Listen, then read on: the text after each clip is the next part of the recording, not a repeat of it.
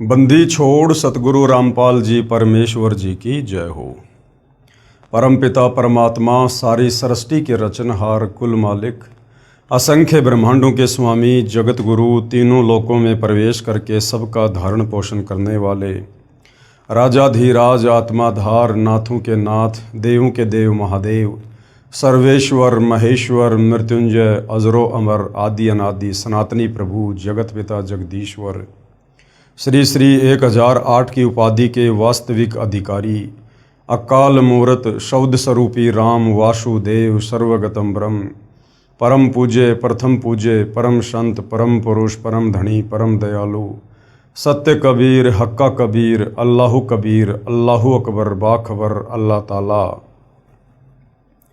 जगत के तारणहार जगत के मुक्तिदाता जगत के जगन्नाथ हारे के सहारे हिंदुओं के राम मुसलमानों के अल्लाह सिखों के वाहिगुरु ईसाइयों के मसीह दया के सागर दयानिधि करुणा के सागर करुणानिधि स्वयंभू परिभू संकट मोचन कष्ट हरण मंगल करण दुख भंजन अविगत कबीर निर्विषम निर्विकार परमात्मा अलय अलेख सतगुरु आदि अनादि सतगुरु असली मर्यादा पुरुषोत्तम असली राम असली कृष्ण असली घनश्याम असली मुरारी राजाओं के राजा महाराजाओं के महाराजा शहंशाहों के शहंशाह सम्राटों के सम्राट भगवानों के भगवान अल्लाहों के अल्लाह प्रभुओं के प्रभु मसीहाओं के मसीह सच्चे वाहिगुरु बाबाओं के बाबा पीरों के पीर सेठों के सेठ जगत सेठ सावड़सा सेठ सर्वगुण संपन्न अनंत कोटि कलाओं के स्वामी अनंत कोटि ब्रह्मांडों के नायक योगियों में महायोगी ध्यानियों में महाध्यानी सिद्धों में परम सिद्ध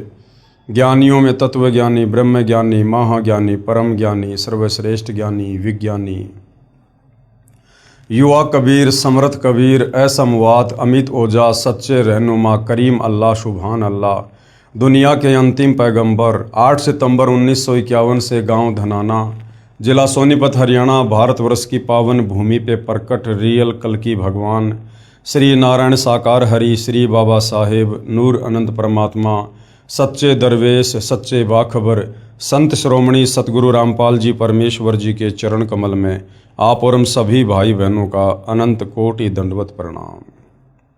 सत्साई भाई और बहनों, बहुत बड़ी दया बहुत बड़ी मेहर पूज्य गुरुदेव भगवान की परमेश्वर रामपाल जी की, जिनके शुभ आशीर्वाद से विशेष आशीर्वाद से उन्हीं के सत्संगों का संग्रह पवित्र आध्यात्मिक पुस्तक ज्ञान गंगा जिसके ऊपर वीडियो बनाने की श्रृंखला जारी है और इसी श्रृंखला में आज हमारा ये 33वें नंबर का वीडियो है। भाई और बहनों, यदि आपने अभी तक इस पवित्र पुस्तक ज्ञान गंगा के ऊपर बन चुके वीडियो नहीं देखे हैं तो आप जिन्हें भूमिका से लेकर प्रत्येक वीडियो को अवश्य देखना चाहिए, तभी हम अध्यात्म को अच्छे से समझ पाएंगे जान पाएंगे और तत्वदर्शी संत को पहचान कर उनसे सत उपदेश लेकर अपनी आत्मा के कल्याण के मार्ग में आगे को बढ़ पाएंगे। क्योंकि इस पवित्र पुस्तक में सृष्टि रचना को विशेष तौर पर समझाया गया है। जब तक हम सृष्टि रचना को नहीं समझेंगे, सृष्टि रचना पर सर्वधर्मशास्त्रों से प्रमाण देखकर विश्वास नहीं करेंगे, तब तक हम भक्ति मार्ग पर कभी भी दृढ़ होकर आगे नहीं बढ़ सकते। क्योंकि सृष्टि रचना भक्ति मार्ग की चाबी है। साथ ही हमने अध्यात्म के विषय में इस पवित्र पुस्तक से और भी बहुत कुछ जाना है समझा है, क्योंकि ये पवित्र पुस्तक प्रत्येक धर्म के प्रत्येक धर्मशास्त्र के ज्ञान से प्रमाणित है। इस पवित्र पुस्तक में सुई की नोक रखने जितनी कमी निकालने में किसी धर्म का कोई भी धर्म गुरु सक्षम नहीं है। ये बात अलग है कि अपनी नादानी मंदबुद्धिता और तत्वज्ञानहीनता के चलते चाहे कोई पूरी पुस्तक को ही रिजेक्ट क्यों ना कर दे, लेकिन सत्य हमेशा सत्य ही रहेगा। और सत्य यही है कि सतगुरु रामपाल जी के द्वारा जो पवित्र पुस्तक ज्ञान गंगा है, जो रची गई है लिखी गई है, इस पवित्र पुस्तक में सत आध्यात्मिक ज्ञान है। इस पुस्तक के अलावा आपको इस पृथ्वी पर कहीं भी शास्त्र अनुकूल साधना का ज्ञान या मार्ग नहीं मिलेगा। तो भाइयों और बहनों, पवित्र वेदों से पवित्र गीता जी से मुसलमान भाइयों की तौरात जबूर इंजिल कुरान शरीफ कुरान मजीद से, सिख भाइयों के गुरु ग्रंथ साहिब से और ईसाइयों की पवित्र बाइबल से सतगुरु रामपाल जी ने सृष्टि रचना को और आध्यात्मिक ज्ञान को प्रमाणित कर दिया है कि परमात्मा कौन है, कैसा है, कहाँ रहता है, कैसे दिखता है और वो परमात्मा कैसे मिलता है।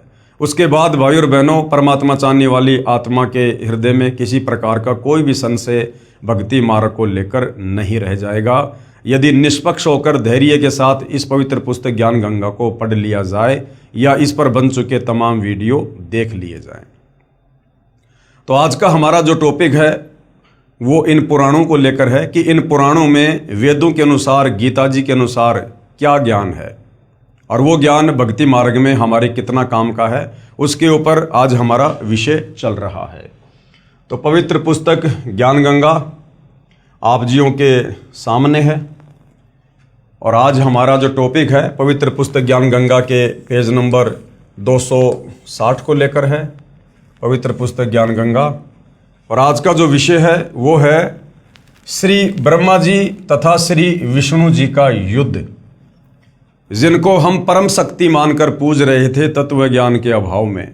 श्री ब्रह्मा, श्री विष्णु, श्री शंकर जी को, इनसे ऊपर हम किसी को ना मानते थे ना हम जानते थे। जैसा हमारे नादान तत्व ज्ञानहीन धर्म गुरुओं ने हमें अध्यात्म का पाठ पढ़ाया था आधा अधूरा, उस आधार से हमने इन तीनों देवताओं को अजरो, अविनाशी, मृत्युंजय, कालंजय, सर्वेश्वर सब कुछ मान रखा था।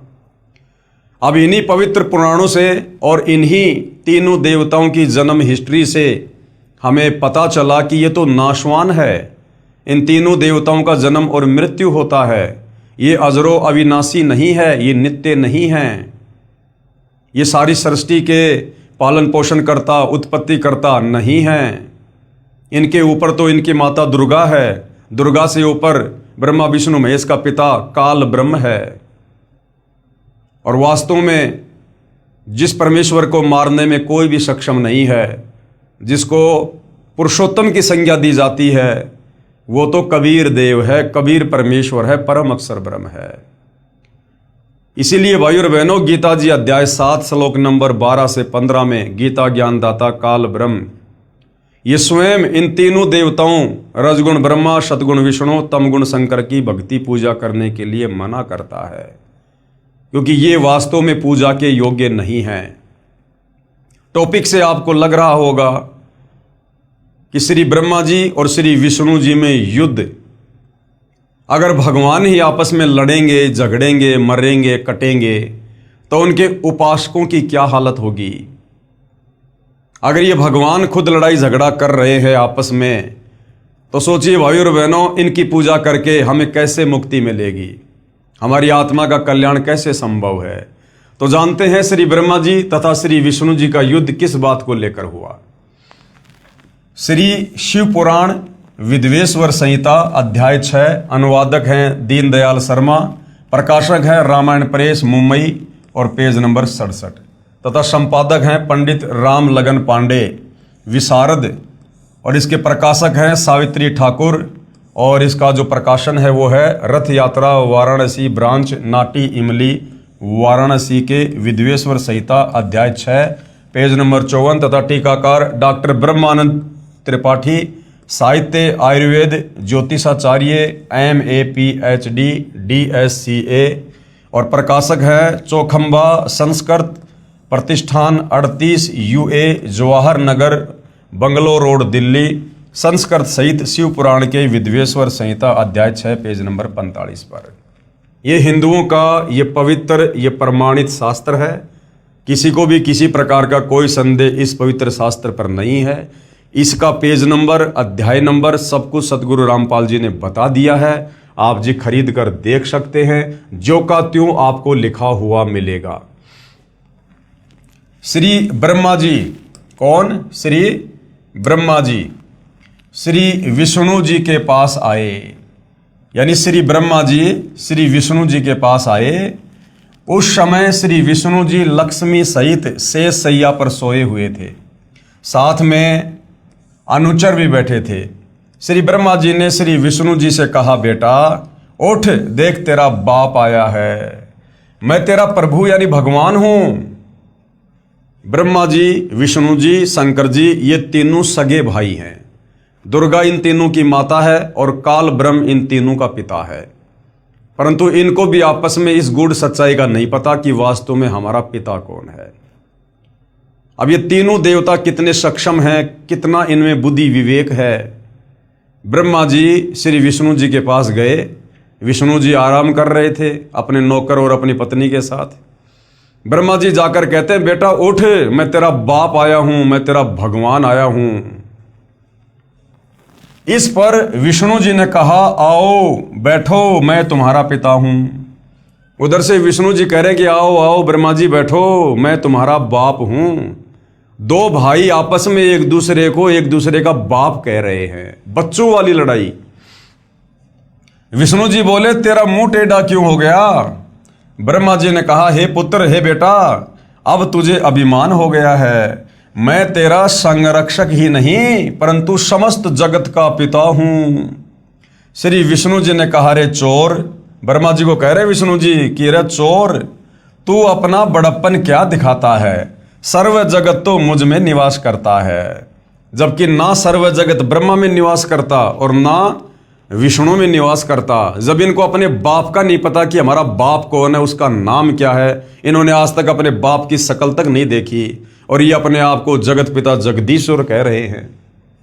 विष्णु जी बोले, तू मेरी नाभि कमल से उत्पन्न हुआ और मुझसे ही ऐसी बातें कर रहा है। इतना कहकर दोनों भगवान आपस में हथियारों से लड़ने लगे। एक दूसरे के वक्ष स्थल पर आघात किए, छाती पर मुक्के मारे। ये देखकर सदाशिव, अब ये सदाशिव कौन है? ये काल, इनका पिता, ये काल ब्रह्म, जिसने प्रतिज्ञा कर रखी है कि मैं अपने तीनों बेटों ब्रह्मा विष्णु महेश को भी दर्शन नहीं दूंगा। इनका लड़ाई झगड़ा देखकर इनका पिता ये सदाशिव, ये काल रूपी ब्रह्म, इसने देखा ये क्या कर रहे हैं आपस में। अरे ये अगर लड़ेंगे झगड़ेंगे तो सृष्टि कैसे चलेगी? एक ब्रह्मांड की, तीन लोक की। मेरे भोजन का क्या होगा? जीवों की उत्पत्ति कैसे होगी? पालन पोषण कैसे होगा? संहार कैसे होगा? तो इनका पिता काल भगवान तुरंत वहां पर सदाशिव का रूप बनाकर आ गया, अपने तीसरे पुत्र शिव जी का रूप बनाकर आ गया। ये देखकर सदाशिव काल रूपी ब्रह्म ने एक तेजो में लिंग उन दोनों के बीच में खड़ा कर दिया। ब्रह्मा विष्णु लड़ रहे हैं और इनके पिता सदाशिव ने, काल रूपी ब्रह्म ने, एक तेजो में पिल्लर खंबा उन दोनों के बीच में खड़ा कर दिया उनका युद्ध रुकवाने के लिए। तब उनका युद्ध समाप्त हुआ।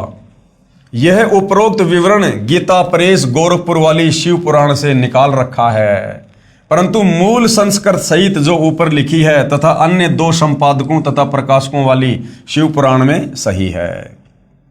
विचार करें, श्री शिव पुराण, श्री विष्णु पुराण तथा श्री ब्रह्मा पुराण तथा श्री देवी महापुराण में तीनों प्रभु, ये ब्रह्मा विष्णु महेश तथा सदाशिव काल रूपी ब्रह्म तथा देवी, जिसको शिवा या फिर प्रकृति भी कहते हैं दुर्गा को, की जीवन लीलाएं हैं।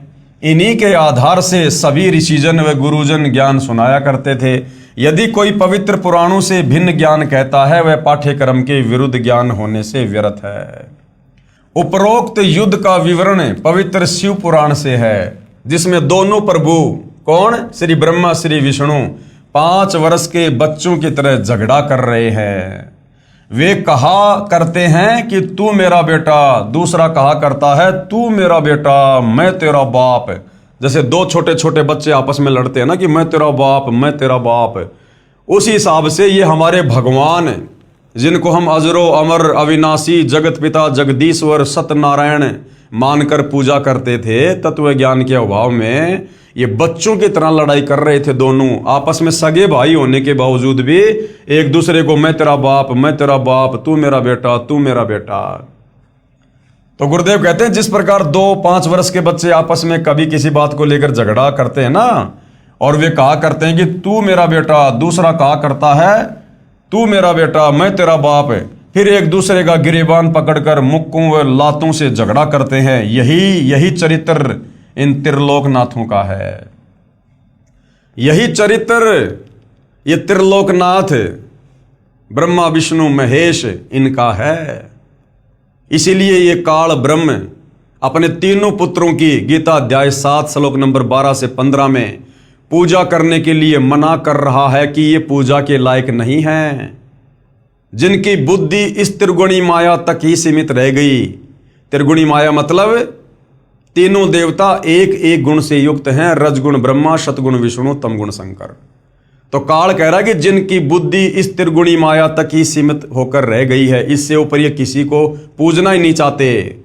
कहते हैं वो तो कौन है, राक्षस स्वभाव को धारण किए हुए मनुष्यों में नीच दूषित कर्म करने वाले मूर्ख मुझ काल ब्रह्म की ओम नाम की साधना भी वेदों अनुसार नहीं करते, और इन नाशवान भगवानों की, ब्रह्मा विष्णु महेश की पूजा तक लगे हुए हैं।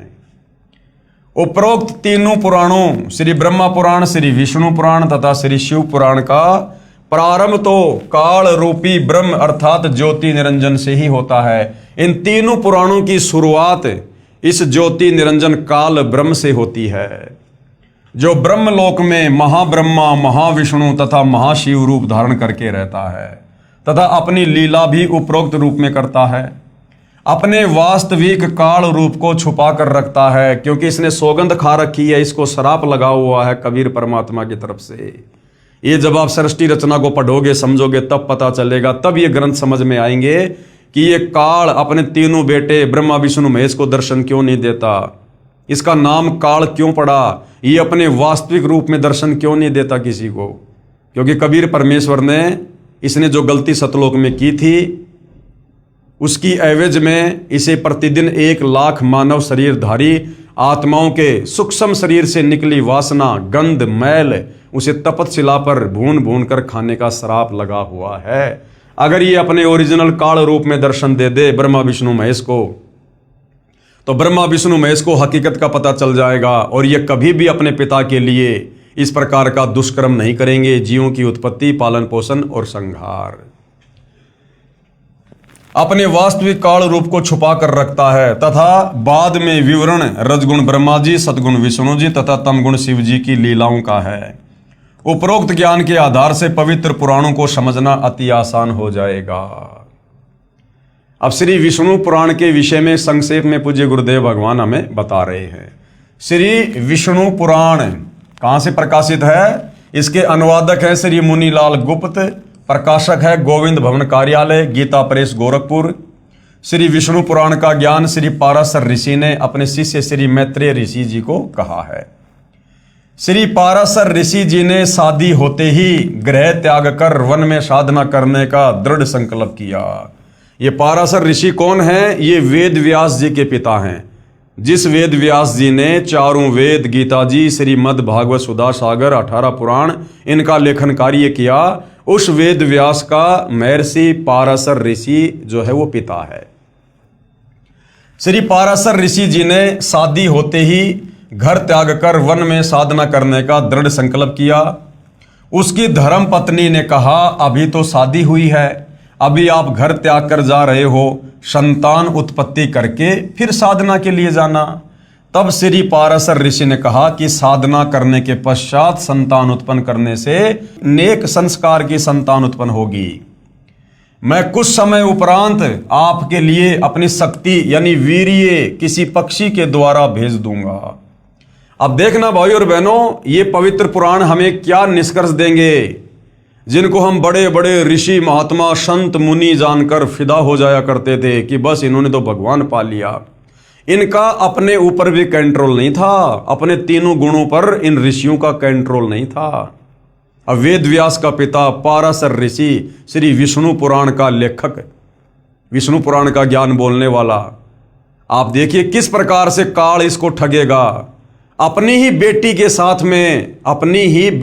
साथ में ये पाराशर ऋषि दुष्कर्म करेगा, शारीरिक संबंध बनाएगा, और उसी से वेद व्यास ऋषि की फिर उत्पत्ति होगी।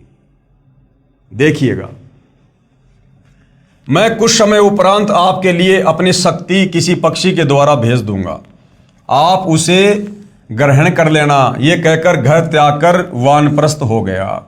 1 वर्ष साधना के उपरांत अपना वीर्य निकालकर एक वृक्ष के पत्तर में बंद करके अपनी मंत्र शक्ति से शुक्राणु रक्षा करके और एक कौवे से कहा कि ये पत्थर मेरी पत्नी को देकर आओ। भाई और बहनों, कोई बड़ी बात नहीं, ये आध्यात्मिक शक्तियां होती हैं, इनसे बहुत कुछ हो जाता है, सब कुछ हो जाता है। अब वर्तमान में भक्ति रही नहीं, जिस कारण से इस कलयुग में लोगों ने विज्ञान का सहारा लेना पड़ रहा है। ये सारे के सारे कार्य, पहले आकाश में उड़ जाना और ये अस्त्र शस्त्र फेंक कर आकाश में इस प्रकार से लड़ाई करना, युद्ध करना, मंत्र शक्ति से हाथ में अस्त्र और शस्त्र आ जाना, ये सब पहले आध्यात्मिक शक्तियों से हुआ करते थे। अब वर्तमान में भक्ति किसी के पास रही नहीं, जिस कारण से अब विज्ञान ने अपना रूप ले लिया। कौवा उसे लेकर दरिया के ऊपर से उड़ा जा रहा था। उसकी चोंच से वह पत्थर दरिया में गिर गया। उसे एक मछली ने खा लिया। कुछ महीनों उपरांत उस मछली को एक मल्हा ने पकड़कर काटा। उसमें से एक लड़की निकली। मल्हा ने लड़की का नाम सत्यवती रखा। वही लड़की मछली के उदर से उत्पन्न होने के कारण मछोदरी नाम से भी जानी जाती थी। नाविक ने सत्यवती को अपनी पुत्री रूप में पाला। अब बहुत सारे भाई बहन जो आध्यात्मिक शक्ति से अपरिचित हैं, धर्मशास्त्रों से अपरिचित हैं, नास्तिकता की ओर जा रहे हैं, विज्ञान को अपना सब कुछ मान रहे हैं, वो इस प्रकार की बातें सुनेंगे तो हंसेंगे कि मछली के पेट से और लड़की कैसे उत्पन्न हो सकती है, ये तो विज्ञान के अनुसार हो ही नहीं सकता। अरे विज्ञान है क्या मेरे भाई? विज्ञान इस परमेश्वर की आध्यात्मिक शक्ति के आगे चरणों की धूल के बराबर भी नहीं है। इस आध्यात्मिक शक्ति से कुछ भी हो सकता है। बिना मछली के भी बच्चा उत्पन्न हो सकता है।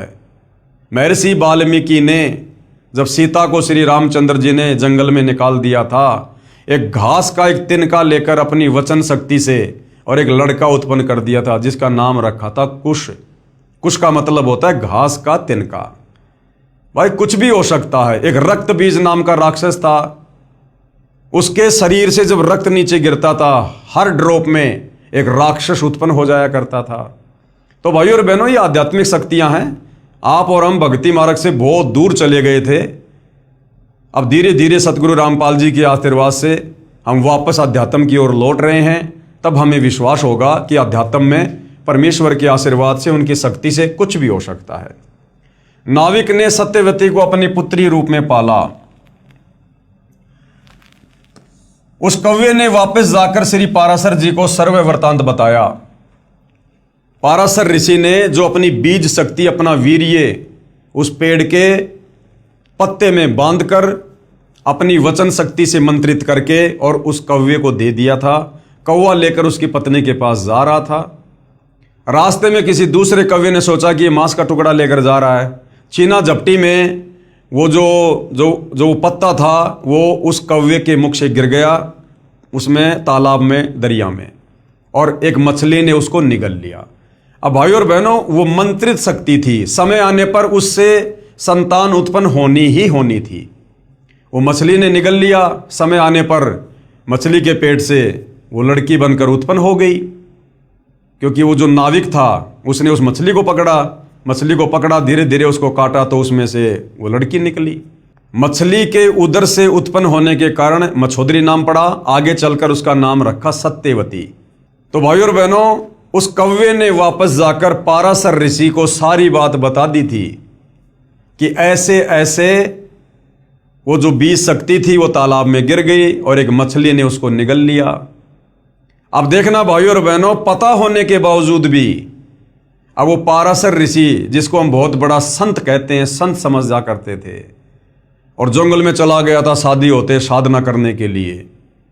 उसको सब कुछ पता होते हुए भी उसने अपनी ही बेटी के साथ में शारीरिक संबंध बनाए। कौवे ने वापस जाकर श्री पाराशर जी को सब बात बताई। जब साधना समाप्त करके श्री पाराशर जी 16 वर्ष उपरांत वापस आ रहे थे, दरिया पार करने के लिए मल्हा को पुकार कर कहा कि मुझे शीघ्र दरिया से पार कर, मेरी पत्नी मेरी प्रतीक्षा कर रही है। विषय वासना में डूबा जा रहा था, विषय वासना सता रही थी, जल्द से जल्द मैं अपनी पत्नी के पास जाऊं। विषय वासना से ग्रस्त था। उस समय मल्हा खाना खा रहा था। कौन मल्हा? वही मल्हा जिसने 16 साल पहले मछली का पेट काट के और वो लड़की पाली और पोसी, जो पाराशर ऋषि की बेटी थी।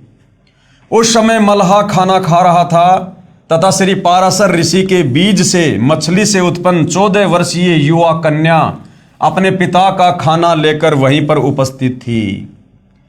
मल्लाह को ज्ञान था कि साधना तपस्या करके आने वाला ऋषि सिद्धि युक्त होता है, आज्ञा का शीघ्र पालन ना करने के कारण श्राप दे देता है। मल्लाह ने कहा, ऋषिवर मैं खाना खा रहा हूं, अधूरा खाना छोड़ना अन्नदेव का अपमान होता है, मुझे पाप लगेगा। परंतु श्री पाराशर जी ने एक नहीं सुनी।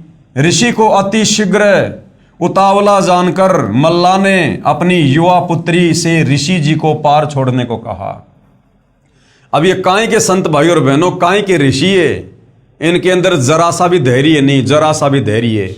वो कह रहा कि ऋषि जी मैं भोजन कर रहा हूं, 5-10 मिनट लगेंगे, बीच में उठूंगा, अन्नदेव का अपमान होगा। नहीं नहीं नहीं नहीं, मेरी पत्नी मेरा इंतजार कर रही है, मुझे इसी समय छोड़ के आओ। तो मल्लाह ने क्या किया, वो जो लड़की थी जो मछली के पेट से बाहर आई थी, मछोदरी, वो उस समय उसका खाना लेके आई हुई थी। तो ऋषि को दरिया से पार करने के लिए मल्लाह ने कहा कि बेटी मैं खाना खा रहा हूं, तब तक तू ऋषि जी को और दरिया पार करवा के आ जा। अब वो ऋषि पाराशर की ही बेटी और अपने पिता को नाव में बैठाकर दरिया से पार करवाने जा रही है। पिताजी का आदेश प्राप्त कर पुत्री नौका में ऋषि पाराशर जी को लेकर चल पड़ी। अब दरिया के बीच में जाने के बाद ऋषि पाराशर जी ने अपने ही बीज शक्ति से मछली से उत्पन्न लड़की अर्थात अपनी ही पुत्री से दुष्कर्म करने की इच्छा व्यक्त की। लड़की भी अपने पालक पिता मल्लाह से ऋषियों के क्रोध से दिए श्राप से हुए दुखी व्यक्तियों की कथाएं सुना करती थी। श्राप के डर से कांपती हुई कन्या ने कहा, ऋषि जी आप ब्राह्मण हो, मैं एक शूद्र की पुत्री हूं। यानी अपनी जान बचाने के लिए, बेचारी अपनी इज्जत बचाने के लिए इस प्रकार की बात वो कहने लगी। ऋषि पाराशर जी ने कहा, कोई चिंता नहीं। कहा कि कोई बात नहीं, वैसे तो ये बड़ी छुआछात किया करते थे, और जब बात आ गई विषय वासनाओं को लेकर तो कह रहा कि कोई बात नहीं, हम नहीं मानते छुआछात, कोई कोई कोई शूद्रवादर नहीं होता है। ऋषि पाराशर जी ने कहा कि कोई चिंता नहीं। लड़की ने अपनी इज्जत रक्षा के लिए फिर बहाना किया कि हे ऋषिवर, मेरे शरीर से मछली की दुर्गंध निकल रही है। ऋषि पाराशर जी ने अपनी सिद्धि शक्ति से दुर्गंध समाप्त कर दी। जो डले ढोके आया था, तपस्या करके आया था, वो बर्बाद करनी शुरू कर दी। फिर लड़के ने कहा, दोनों के नौरों पर व्यक्ति देख रहे हैं। ऋषि पाराशर जी ने गंगा दरिया का जल हाथ में उठाकर आकाश में फेंका तथा अपनी सिद्धि शक्ति से धुंध उत्पन्न कर दी। यानी वो कुकर्म उसने पाराशर ने करना ही करना था, जिनको हम ऋषि समझा करते थे भाई और बहनों। रे से ऋषि पढ़ा करते थे, एक साधु का चित्र आया करता था। ये थे इनके कर्म, ये था इनका ज्ञान। इसलिए गीता अध्याय 4 श्लोक नंबर 34 में यह काल कह रहा है कि जब तक वो तत्वदर्शी संत नहीं मिलेगा, तुम्हारी नैया कभी भवसागर से पार नहीं होगी। तुम कभी भी तीनों गुणों से ऊपर होकर भक्ति नहीं कर सकते। जब तक तीनों गुणों के अंडर में रहेंगे, ब्रह्मा विष्णु महेश के रजोगुण सतोगुण तमोगुण के अंडर में, हम कभी भी भक्ति नहीं कर सकते, मुक्ति प्राप्त नहीं कर सकते। तो ये जितने बड़े बड़े ऋषि महात्मा संत साधु योगी थे, ये सब ब्रह्मा विष्णु महेश के तीनों गुणों से प्रभावित थे। अपना मनोरथ पूरा किया, यानी अंत में पाराशर ऋषि ने अपना मुंह काला किया। लड़की ने अपने पालक पिता को अपनी पालक माता के माध्यम से सर्व घटना से अवगत करा दिया तथा बताया कि ऋषि ने अपना नाम पाराशर बताया तथा ऋषि वशिष्ठ जी का पोता बताया था। समय आने पर कंवारी के गर्भ से श्री व्यास ऋषि उत्पन्न हुआ और समय आने पर उस मछोदरी से, सत्यवती से और वेदव्यास ऋषि की उत्पत्ति हुई। और अपनी ही बेटी से पाराशर ऋषि ने शारीरिक संबंध बनाकर अपने बेटे की उत्पत्ति की। तो भाई और बहनों, ये है इनका कैरेक्टर, ये है इनका चरित्र। इसलिए काल कहता है कि ये तीनों गुणों के जो उपासक है ना, ब्रह्मा विष्णु महेश के, ये राक्षस स्वभाव को धारण किए हुए मनुष्यों में नीच। अब बताओ काहे का ऋषि है? कोई नीच मनुष्य इस प्रकार का कार्य करता है, जबकि वो शादीशुदा था। अपनी पत्नी को तो कह के आया था कि मैं पहले तपस्या करूंगा फिर संतान उत्पन्न करूंगा, और यहां रास्ते में कितना बड़ा कांड कर दिया अपनी बेटी के साथ में। और जिनको हम ऋषि संत महात्मा मान के जिनकी महिमा गाया करते थे, ये तो आम व्यक्ति से भी गिरे हुए चरित्र के व्यक्ति थे।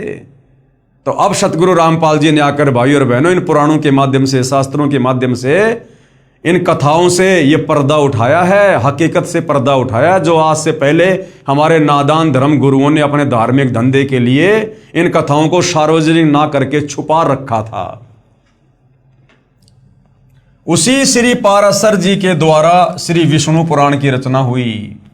अब बताओ, ऐसे पाराशर ऋषि के द्वारा जिसने अपनी बेटी के साथ में शारीरिक संबंध बना के और संतान उत्पन्न की, अब ऐसे पाराशर ऋषि के द्वारा लिखा गया विष्णु पुराण, और इसको पढ़ने से पढ़ने वाले को कहां सद्बुद्धि आएगी? जब लिखने वाले को सद्बुद्धि नहीं है तो उसके द्वारा लिखित शास्त्र को पढ़ने से पढ़ने वाले को कैसे सद्बुद्धि आएगी?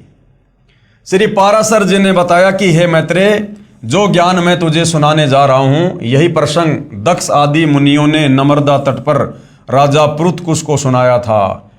राजा पृथकुश ने सारस्वत से और सारस्वत ने मुझसे कहा था। श्री पाराशर जी ने श्री विष्णु पुराण के प्रथम अध्याय श्लोक संख्या 31 पेज नंबर 3 में कहा है कि यह जगत विष्णु से उत्पन्न हुआ है। हो गया इसका ज्ञान? कह रहा कि यह जगत विष्णु से उत्पन्न हुआ है। विष्णु का उपासक था, इसलिए विष्णु को महिमा दे रहा है। विष्णु को खुद नहीं पता कि मेरे को शेषनाग की सैया पर किसने लेटा रखा था। उन्हीं में स्थित है, वे ही इसकी स्थिति और लय के करता हैं। अध्याय 2 श्लोक 15-16 पेज नंबर 4 में कहा कि हे द्विज, परब्रह्म का प्रथम रूप पुरुष अर्थात भगवान जैसा लगता है। परब्रह्म का नहीं, ब्रह्म का। इन्हें कुछ नहीं पता भाई और बहनों, शास्त्रों के बारे में इन ऋषियों को कुछ नहीं पता। ब्रह्म को ये परब्रह्म कह रहे हैं। ब्रह्म यानी काल का प्रथम रूप तो भगवान जैसा लगता है, परंतु व्यक्त महाविष्णु रूप में प्रकट होना तथा अव्यक्त अदृश्य रूप में वास्तविक काल रूप में 21वें ब्रह्मांड में रहना उसके अन्य रूप हैं तथा काल उसका परम रूप है। भगवान विष्णु जो काल रूप में तथा व्यक्त और अव्यक्त रूप से स्थिर होते हैं, ये उनकी बालवत लीला है। कोई लीला वाला नहीं है। परमात्मा का श्राप लगा हुआ है, अपना कर्म भोग रहा है। पाराशर ऋषि उसको लीला बता रहा है। अध्याय 2 श्लोक 27 पेज नंबर 5 में कहा कि हे मैत्रेय, प्रलय काल में प्रधान अर्थात प्रकृति के साम्य अवस्था में स्थित हो जाने पर, अर्थात पुरुष के प्रकृति से अलग स्थित हो जाने पर विष्णु भगवान का काल रूप प्रवृत्त होता है। अध्याय 2 श्लोक 28 से 30 पेज नंबर 5 पर क्या लिखा है? तदंतर यानी उसके बाद सर्ग काल उपस्थित होने पर उन परब्रह्म नहीं ब्रह्म, उस ब्रह्म यानी काल रूपी परमात्मा विश्व रूप सर्वव्यापी सर्वभूतेश्वर सर्वात्मा परमेश्वर ने अपनी इच्छा से विकारी प्रधान और अविकारी पुरुष में प्रविष्ट होकर उनको शोभित किया। जिस प्रकार क्रियाशील न होने पर भी गंध अपनी सनिधि मात्र से ही प्रधान व पुरुष को प्रेरित करते हैं।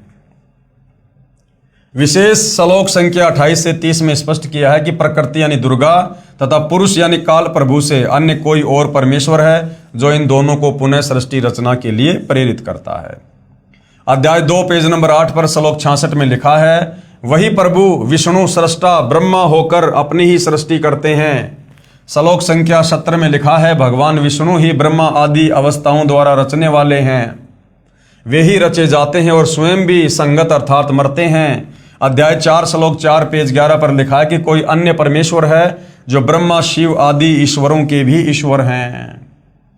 अध्याय 4 श्लोक 14, 15, 27, 22 पेज नंबर 11, 12 पर लिखा है, पृथ्वी बोली, हे काल स्वरूप आपको नमस्कार हो। हे प्रभु, आप ही जगत की सृष्टि आदि के लिए ब्रह्मा विष्णु और रुद्र रूप धारण करने वाले हैं।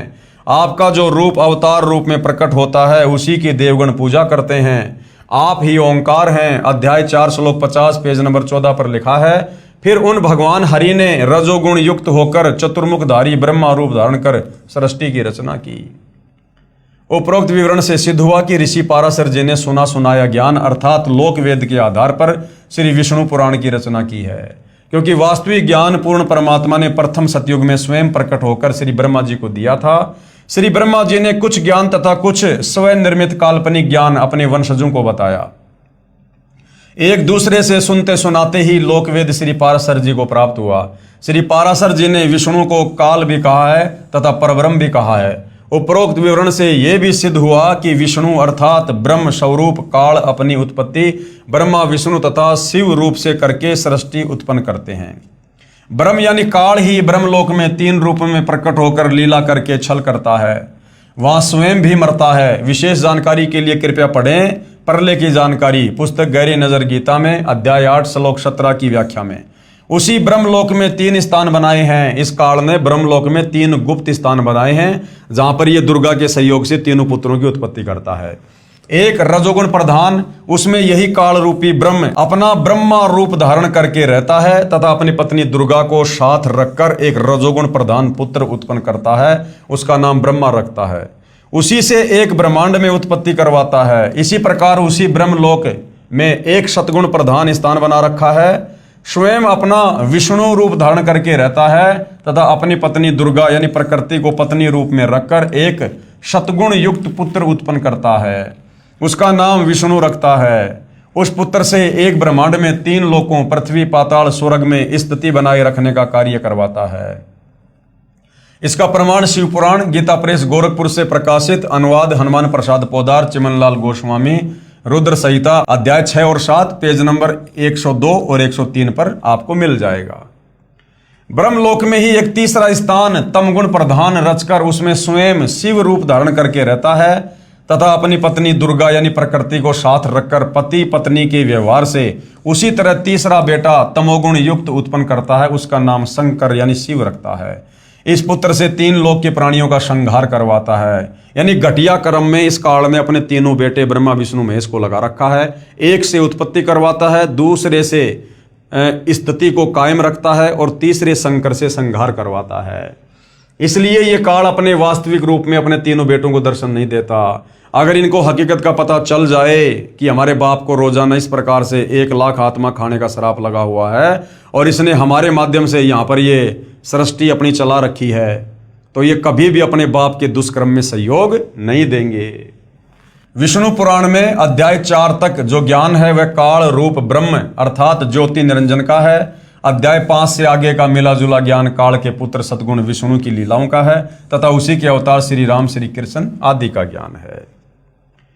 विचार करने की बात है कि श्री विष्णु पुराण का वक्ता श्री पाराशर ऋषि है और यही ज्ञान दक्ष आदि ऋषियों से पुरुकुत्स ने सुना, पुरुकुत्स से सारस्वत ने सुना तथा सारस्वत से श्री पाराशर ऋषि ने सुना। वह ज्ञान श्री विष्णु पुराण में लिपिबद्ध किया गया जो आज अपने कर कमलों में है। इसमें केवल एक ब्रह्मांड का ज्ञान भी अधूरा है। श्री देवी पुराण, श्री शिव पुराण आदि पुराणों का ज्ञान भी ब्रह्मा जी का दिया हुआ है। श्री पाराशर वाला ज्ञान श्री ब्रह्मा जी द्वारा दिए ज्ञान के समान नहीं हो सकता। इसलिए श्री विष्णु पुराण को समझने के लिए देवी पुराण तथा श्री शिव पुराण का सहयोग लिया जाएगा, क्योंकि यह ज्ञान दक्ष आदि ऋषियों के पिता श्री ब्रह्मा जी का दिया हुआ है। श्री देवी पुराण तथा श्री शिव पुराण को समझने के लिए श्रीमद् भगवद गीता तथा 4 वेदों का सहयोग लिया जाएगा, क्योंकि ये ज्ञान स्वयं भगवान काल रूपी ब्रह्म द्वारा दिया गया है, जो ब्रह्मा विष्णु तथा शिव जी का उत्पत्ति करता अर्थात पिता है। पवित्र वेदों तथा पवित्र श्रीमद् भगवद गीता जी के ज्ञान को समझने के लिए सवसम वेद अर्थात सूक्ष्म वेद का सहयोग लेना होगा। सूक्ष्म वेद है 5वां वेद, आदरणीय गरीबदास जी का सदग्रंथ साहिब और कबीर सागर, जो काल रूपी ब्रह्म के उत्पत्ति करता अर्थात पिता परम अक्षर ब्रह्म अर्थात कबीर देव का दिया हुआ है, जो कबीर गिरबी अर्थात कबीर वाणी द्वारा स्वयं सत्य पुरुष ने प्रकट होकर बोला था। ऋग्वेद मंडल 9 सूक्त 96 मंत्र 16 से 20 तक इसका प्रमाण है। आगे श्री ब्रह्मा पुराण। अब श्री ब्रह्मा पुराण के विषय में पूज्य गुरुदेव भगवान क्या समझा रहे हैं। इस पुराण के वक्ता श्री लोम हर्षण ऋषि जी हैं, जो श्री व्यास ऋषि जी के शिष्य हुए हैं, जिन्हें सूत जी भी कहा जाता है। श्री लोम हर्षण जी अर्थात सूत जी ने बताया कि ये ज्ञान पहले श्री ब्रह्मा जी ने दक्ष आदि श्रेष्ठ मुनियों को सुनाया था, वही मैं सुनाता हूं। इस पुराण के सृष्टि के वर्णन नामक अध्याय में पेज नंबर 227 से 279 तक कहा है कि श्री विष्णु जी सर्व विश्व के आधार हैं, जो ब्रह्मा विष्णु तथा शिव रूप से जगत की उत्पत्ति तथा पालन तथा संहार करते हैं। उस भगवान विष्णु को मेरा नमस्कार। और शुरुआत में इतना बड़ा झूठ बोल रखा है, श्री विष्णु जी को सारी सृष्टि का जगत पिता और पालक बता दिया गया है। क्योंकि भाई और बहनों, इनको सृष्टि रचना का ज्ञान नहीं था, इनको तत्वदर्शी संत प्राप्त नहीं था। इसलिए सतगुरु रामपाल जी बार बार कहते हैं कि भाई जब तक आप सृष्टि रचना को नहीं समझोगे, आप किसी भी शास्त्र को नहीं समझ पाओगे। जो नित्य सदसत स्वरूप तथा कारणभूत अव्यक्त प्रकृति है, उसी को प्रधान कहते हैं। उसी से पुरुष ने इस विश्व का निर्माण किया। कौन पुरुष ने? काल पुरुष ने, दुर्गा यानी प्रकृति के साथ मिलकर। अमित तेजस्वी ब्रह्मा जी को ही पुरुष समझो। अब यहां पर ये ब्रह्मा जी को कह रहे हैं कि भाई यही परमात्मा, यही भगवान है। वे समस्त प्राणियों की सृष्टि करने वाले तथा भगवान नारायण के आश्रित हैं। स्वयंभू भगवान नारायण ने, अब बताओ, विष्णु जी को तो स्वयंभू कह रहे हैं, जबकि काल और दुर्गा ने पति पत्नी व्यवहार करके इसकी उत्पत्ति की है। लेकिन सूत जी यहां पर अपनी अज्ञानता के चलते, सृष्टि रचना का ज्ञान ना होने के चलते क्या कह रहे हैं? स्वयंभू यानी स्वयं प्रकट होने वाले भगवान नारायण ने जल की सृष्टि की। नारायण से उत्पन्न होने के कारण जल को नार कहा जाने लगा, जबकि वास्तव में वेदों में नारायण कबीर परमात्मा जी को कहा गया है।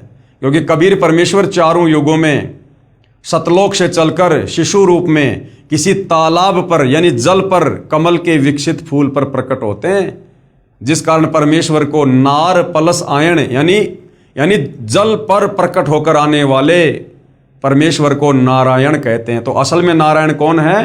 कबीर परमात्मा।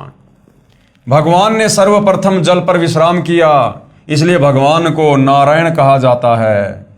भगवान ने जल में अपनी शक्ति छोड़ी, उससे एक सुवर्ण में अंड प्रकट हुआ, उसी में स्वयंभू ब्रह्मा जी की उत्पत्ति हुई। अब ये क्या है कि खिचड़ी ज्ञान बना दिया भाई और बहनों।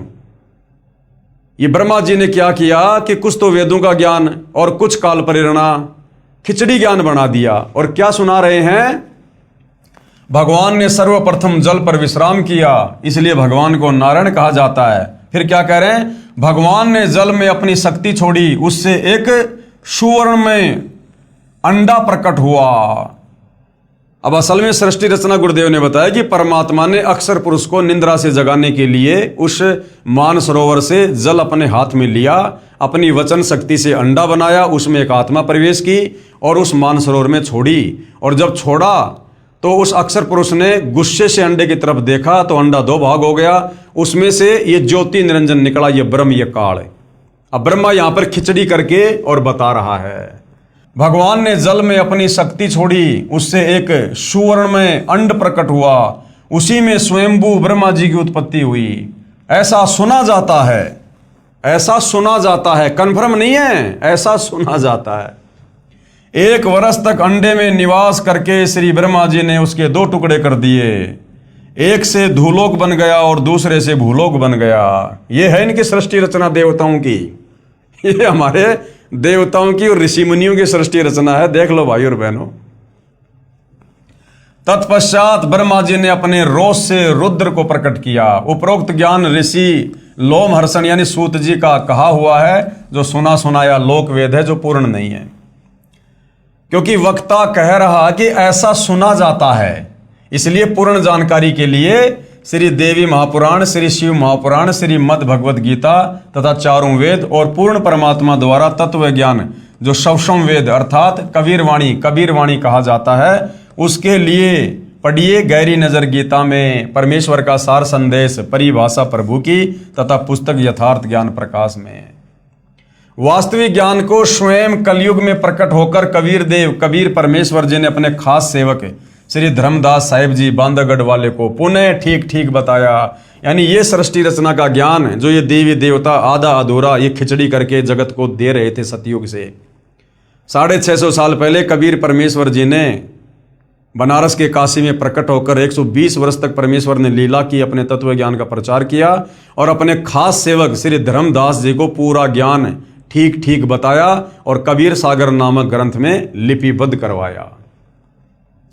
श्री पाराशर जी ने काल ब्रह्म को परब्रह्म भी कहा है तथा ब्रह्म भी तथा विष्णु भी कहा है तथा इसी को अनादि अर्थात अमर भी कहा है। इस ब्रह्म अर्थात काल का जन्म मृत्यु नहीं होती, इसी से ऋषि की बाल बुद्धि सिद्ध होती है। यानी पाराशर ऋषि को कुछ ज्ञान नहीं है, ना ब्रह्म के बारे में, ना परब्रह्म के बारे में, ना पूर्ण ब्रह्म के बारे में, ना सृष्टि रचना के बारे में।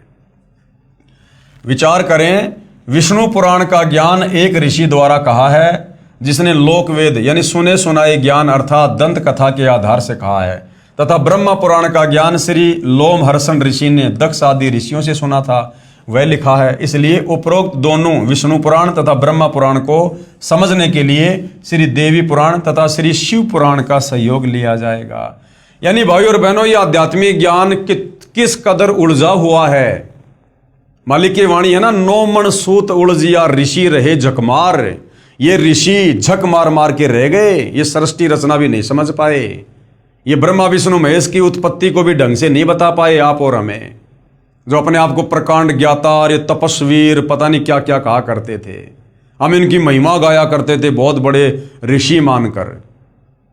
इन्हें तो सृष्टि रचना का भी ज्ञान नहीं, ब्रह्मा विष्णु महेश के बारे में भी इनको ज्ञान नहीं।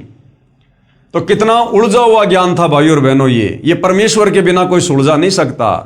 9 मन सूत उलझिया ऋषि रहे जकमार, और सतगुरु ऐसा सुलझा दे फिर उलझे न दूजी बार। तो देखो सतगुरु रामपाल जी ने किस प्रकार से किस ग्रंथ का सहारा लेकर और किस प्रकार से किस ग्रंथ की सही सही व्याख्या करनी पड़ रही है। कौन समझा दे, कौन सुलझा दे। ये ऋषि ये केवल उलझा सकते हैं, सुलझाने का काम नहीं है। सुलझा तो वही सकता है जिसने सर्व सृष्टि को उत्पन्न किया, वास्तव में जो नारायण है। तो कबीर भगवान सतगुरु रामपाल जी ने वर्तमान में इस कलयुग में उलझे हुए शास्त्रों को सुलझाया है, जो स्वयं श्री ब्रह्मा जी ने अपने पुत्र नारद जी को सुनाया, जो श्री व्यास ऋषि के द्वारा ग्रहण हुआ तथा लिखा गया। अन्य पुराणों का ज्ञान श्री ब्रह्मा जी के ज्ञान के समान नहीं हो सकता, इसलिए अन्य पुराणों को समझने के लिए देवी पुराण तथा श्री शिव पुराण का सहयोग लिया जाएगा, क्योंकि यह ज्ञान दक्ष आदि ऋषियों के पिता श्री ब्रह्मा जी का दिया हुआ है।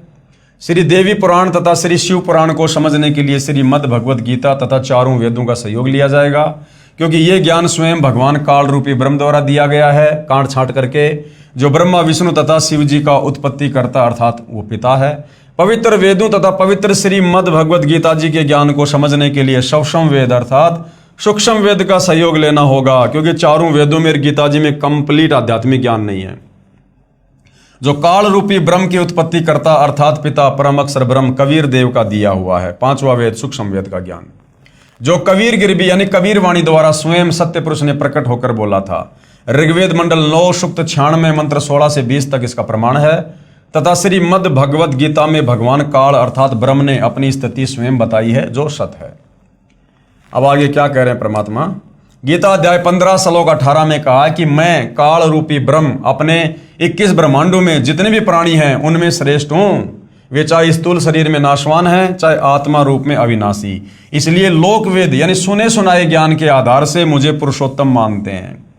ये पाराशर जैसे ऋषि, वेद व्यास जैसे ऋषि, ये लोमहर्षण जैसे ऋषि, इन लोगों ने आधे अधूरे सुने सुनाए ज्ञान के आधार से इस काल को 21 ब्रह्मांड में पुरुषोत्तम सिद्ध कर रखा है, भगवान सिद्ध कर रखा है। बाकी ये काल खुद कह रहा है गीता अध्याय 15 श्लोक 18 में कि मैं पुरुषोत्तम नहीं हूं, मैं तो लोकवेद के आधार से, इन ऋषि साधु संत महात्माओं की सुनी सुनाई दंत कथाओं के आधार से, क्योंकि इन ऋषियों को सृष्टि रचना का ज्ञान नहीं था, तत्व ज्ञान नहीं था, जिस कारण से ब्रह्मा विष्णु महेश से ऊपर ये किसी को जान नहीं पाए, पहचान नहीं पाए।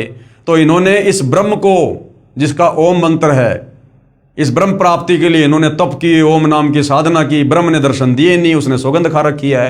अंत में इन्होंने इस ब्रह्म को फाइनल कर दिया कि भाई यही पुरुषोत्तम है, यही भगवान है, बस उसका प्रकाश देखा जा सकता है, बाकी वो निराकार है।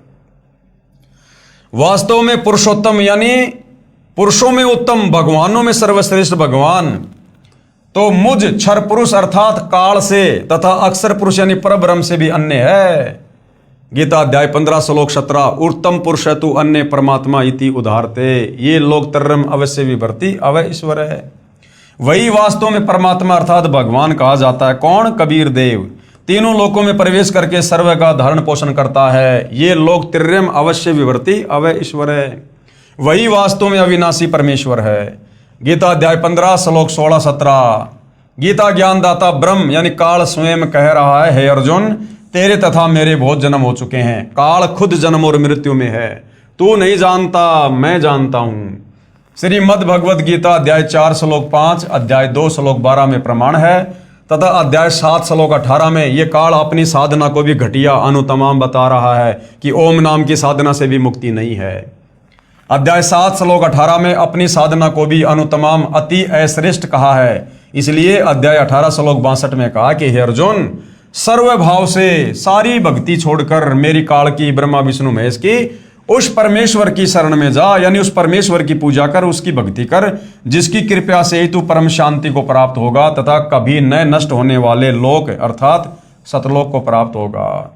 फिर अध्याय 15 श्लोक 4 में कहा है कि जब तुझे तत्वदर्शी संत प्राप्त हो जाए, जो गीता अध्याय 4 श्लोक 34 में तथा अध्याय 15 श्लोक 1 में वर्णित है, उसके बाद उस परम पद परमेश्वर की खोज करनी चाहिए, अर्थात डटकर सतलोक जाने की भक्ति करनी चाहिए, जिसमें गए साधक यानी सतलोक में गए भगत फिर लौटकर संसार यानी काल के किस ब्रह्मांड में नहीं आते, अर्थात पूर्ण मोक्ष प्राप्त करते हैं। जिस परमेश्वर से यानी जिस कबीर भगवान से यह सर्व संसार उत्पन्न हुआ, सारी सृष्टि रची गई है तथा वही सबका धारण पोषण करने वाला है, ये काल कह रहा है कि मैं यानी गीता ज्ञानदाता ब्रह्म रूपी काल भी उसी आदि पुरुष परमेश्वर की शरण में हूं। पूर्ण विश्वास के साथ उसी की भक्ति साधना अर्थात पूजा करनी चाहिए।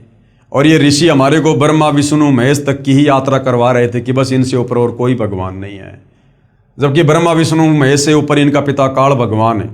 ये तो कह रहा है कि परमात्मा तो वो है जिसको मारने में कोई भी सक्षम नहीं है, उत्तम पुरुष है तू अन्य परमात्मा इति उदारते। वो तो पर ब्रह्म से भी अगला भगवान है, वो पर ब्रह्म से भी अगला दूसरा अव्यक्त, वो है वास्तव में पुरुषोत्तम। श्री देवी पुराण से ज्ञान ग्रहण करें। श्री देवी महापुराण के आंशिक लेख तथा सार विचार, संक्षिप्त श्रीमद देवी भागवत, सचित्र मोटा टाइप, केवल हिंदी, संपादक हनुमान प्रसाद पोदार, चिमन लाल गोस्वामी, प्रकाशक हैं गोविंद भवन कार्यालय, गीता प्रेस गोरखपुर। श्री जगदम्बिकाय नमः। श्री देवी मद भागवत, तीसरा स्कंद। राजा परीक्षित ने श्री व्यास से ब्रह्मांड की रचना के विषय में पूछा।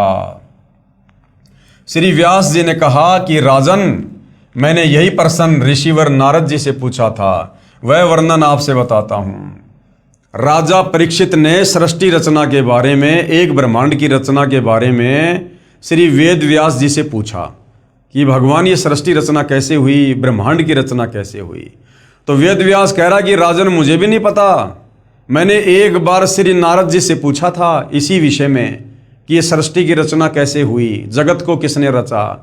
तो नारद जी ने कहा कि मुझे भी नहीं पता था, मैंने अपने पिता श्री ब्रह्मा जी से पूछा। और ब्रह्मा जी आगे फिर क्या कहेगा कि भगवान विष्णु ही है पूरी सृष्टि को रचने वाला, ये है इनकी सृष्टि रचना। राजा परीक्षित ने श्री वेदव्यास जी से ब्रह्मांड की रचना के विषय में पूछा। श्री वेदव्यास जी ने कहा कि राजन, मैंने यही प्रश्न ऋषिवर नारद जी से पूछा था, वह वर्णन आपसे बताता हूं। मैंने यानी श्री व्यास जी ने श्री नारद जी से पूछा, एक ब्रह्मांड के रचयिता कौन है? कोई तो श्री शंकर भगवान को इसका रचयिता मानते हैं, कुछ श्री विष्णु जी को तथा कुछ श्री ब्रह्मा जी को, तथा बहुत से आचार्य भवानी यानी दुर्गा को सर्व मनोरथ पूर्ण करने वाली बताते हैं। वे आदि माया महाशक्ति हैं तथा परम पुरुष के साथ रहकर कार्य संपादन करने वाली प्रकृति हैं, यानी काल के साथ मिलकर पति पत्नी व्यवहार करके सबकी जो है उत्पत्ति ये करते हैं। ब्रह्म के साथ यानी काल के साथ उनका अभेद संबंध है। किसका? इस प्रकृति यानी दुर्गा का, क्योंकि ये दोनों पति पत्नी हैं। पेज नंबर 114 पर लिखा हुआ है। फिर नारद जी ने क्या कहा? नारद जी ने कहा, व्यास जी, प्राचीन समय की बात है, यही संदेह मेरे हृदय में भी उत्पन्न हो गया था। नारद जी कह रहे हैं कि यही संदेह एक बार मेरे मन में भी आ गया कि सृष्टि को किसने रचा है, इस ब्रह्मांड का रचयिता कौन है। नारद को भी ज्ञान नहीं। नारद कह रहा कि मेरे मन में भी ये जानने की एक बार जिज्ञासा हुई। तब मैं अपने पिता अमित तेजस्वी ब्रह्मा जी के स्थान पर गया और उनसे इस समय जिस विषय में तुम मुझसे पूछ रहे हो उसी विषय में यानी सृष्टि रचना के विषय में मैंने पूछा। मैंने कहा, पिताजी, ये संपूर्ण ब्रह्मांड कहाँ से उत्पन्न हुआ? इसकी रचना आपने की है या श्री विष्णु जी ने या श्री शंकर जी ने? कृपया सत सत बताना। नारद जी कह रहे हैं, झूठ मत बोलना, सच्ची सच्ची बात बताना। ब्रह्मा जी ने कहा पेज नंबर 115 से 120 तथा 123, 125, 128, 129 पर। बेटा मैं इस प्रश्न का क्या उत्तर दूं, ये तो बड़ा ही जटिल है। अब देख लो, जो लोग ब्रह्मा जी को जगत पिता, प्रजापति, सबका उत्पत्ति करता, ब्रह्मांडों का रचयिता कह रहे हैं, अब देख लो श्री देवी पुराण में, श्रीमद् देवी भागवत पुराण में ब्रह्मा जी कह रहा है कि बेटा मैं इस सवाल का क्या जवाब दूं जो तू पूछ रहा ना कि ब्रह्मांड की रचना कैसे हुई, सृष्टि रचना कैसे हुई। कहता बेटा मैं इस सवाल का क्या जवाब दूं, ये तो बड़ा ही टेढ़ा प्रश्न है। पूर्व काल में यानी एक समय पहले सर्वत्र जल ही जल था। अपने विषय में बता रहे हैं कि बेटा जब मेरी उत्पत्ति हुई ना और जब मेरी आंख खुली तो मैं कमल के फूल पे बैठा था, चारों तरफ जल ही जल था, मुझे खुद नहीं पता कि वो जल कहां से आ गया। तब कमल से मेरी उत्पत्ति हुई, यानी ब्रह्मा जी से पहले तो कमल का फूल आ गया था। अगर ब्रह्मा जी ही सृष्टि का उत्पत्ति करता है तो ब्रह्मा की उत्पत्ति से पहले तो कमल के फूल की उत्पत्ति हो चुकी थी। वो जल की उत्पत्ति हो चुकी थी। जल भी तो किसी पृथ्वी पे होगा। तो भाई और बहनों, टोटल अज्ञान फैला रखा था हमारे नादान धर्म गुरुओं ने, शास्त्रों से अपरिचित होने के कारण। अब आपको भाई और बहनों लास्ट में सतगुरु रामपाल जी की स्थिति का पता चलेगा कि अब ये सारा का सारा रहस्य, ब्रह्मांड की रचना, काल की उत्पत्ति, परब्रह्म की उत्पत्ति, सात संग ब्रह्मांडों की उत्पत्ति, सतलोक की उत्पत्ति, ऊपर के लोकों की उत्पत्ति, अब कौन बता रहा है वर्तमान में? इन्हीं शास्त्रों से दिखा दिखा के प्रमाणित करके सतगुरु रामपाल जी। तो कौन परम शक्ति हैं सतगुरु रामपाल जी? स्वयं साक्षात कबीर देव, सर्व सृष्टि के रचनहार। तो ब्रह्मा जी कह रहा है कि बेटा ये बड़ा ही जटिल सवाल है। पूर्व काल में सर्वत्र जल ही जल था, तब कमल से मेरी उत्पत्ति हुई। मैं कमल की कर्णिका पर यानी उसकी डाली पर बैठकर विचार करने लगा, इस अगाध जल में मैं कैसे उत्पन्न हो गया, कौन मेरा रक्षक है। कमल का डंठल पकड़कर जल में उतरा। अब देखो भाई और बहनों, बहुत सारे भाई बहन जिनको आध्यात्मिक ज्ञान का अकाल पड़ा हुआ है, जब सतगुरु रामपाल जी 650 साल पहले कबीर परमेश्वर जी लीला करते हुए सतलोक से चलकर शिशु रूप में लहर तरा तालाब पर कमल के विकसित फूल पर प्रकट हुए, तो बहुत सारे लोग सवाल जवाब कर देते हैं कि कमल के फूल पे और एक बच्चा कैसे ठहर सकता है? ठहर ही नहीं सकता कमल के फूल पर। ये तुम्हारे ब्रह्मा जी कैसे ठहर गए युवा अवस्था में? अरे बच्चे में तो फिर भी इतना वजन नहीं होता। अरे ब्रह्मा जी तो युवा अवस्था में कमल के फूल पर चेत में आए थे, होश में आए थे। और ये तो देवता हैं ब्रह्मा जी, इनका तो कई मन वजन है, इनका तो कई हजार किलो वजन होगा। और ये ब्रह्मा जी क्या कह रहे हैं कि बेटा जब मेरी उत्पत्ति कमल के फूल पर हुई तो मैं कमल की उस कर्णिका पर, उसकी टहनी पर बैठकर और चारों तरफ देखने लगा कि कहीं धरती तो दिखाई नहीं दे रही।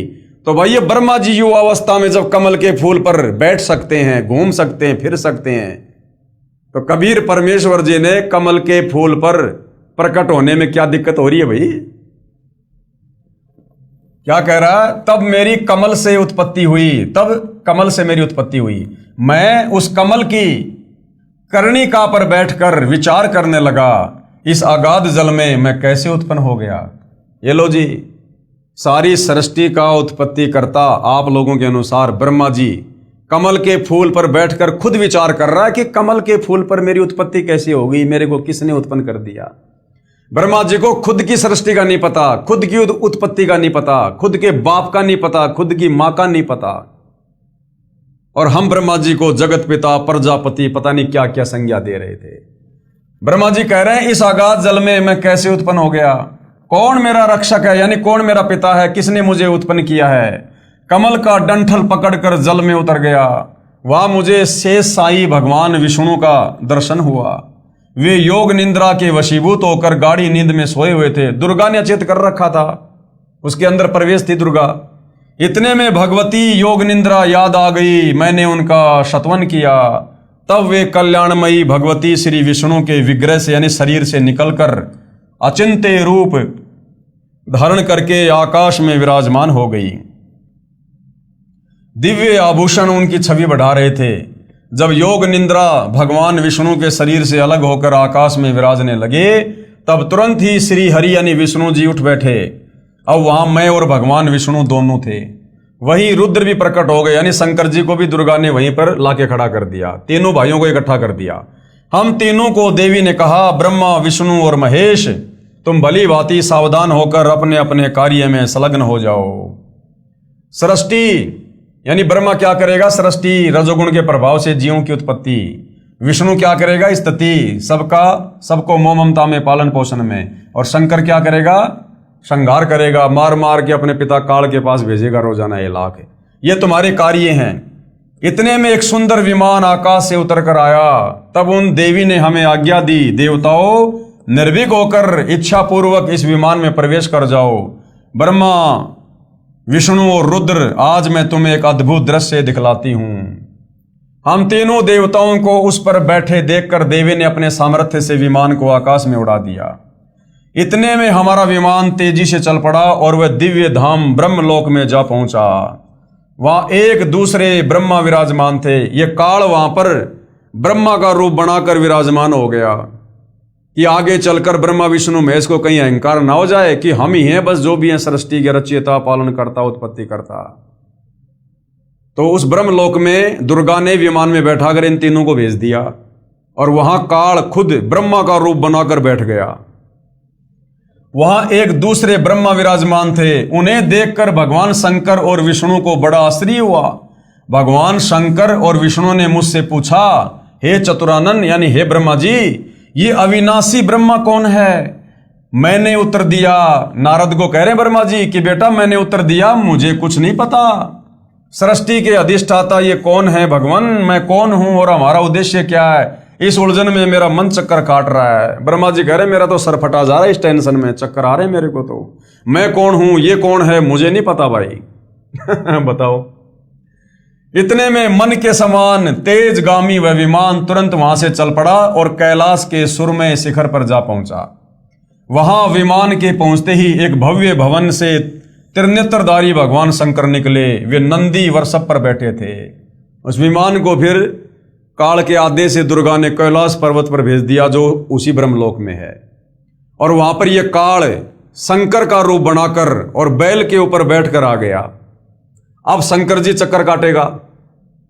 क्षण भर के बाद ही वह विमान उस शिखर से भी पवन के समान तेज चाल से उड़ा और बैकुंठ लोक में पहुंच गया, जहां भगवती लक्ष्मी का विलास भवन था।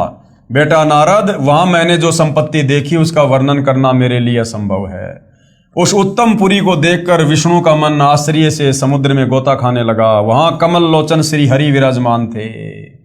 वहां पर एक विष्णु और बैठा हुआ था। ये काल विष्णु रूप में वहां पर बैठ गया और 4 भुजाएं थी।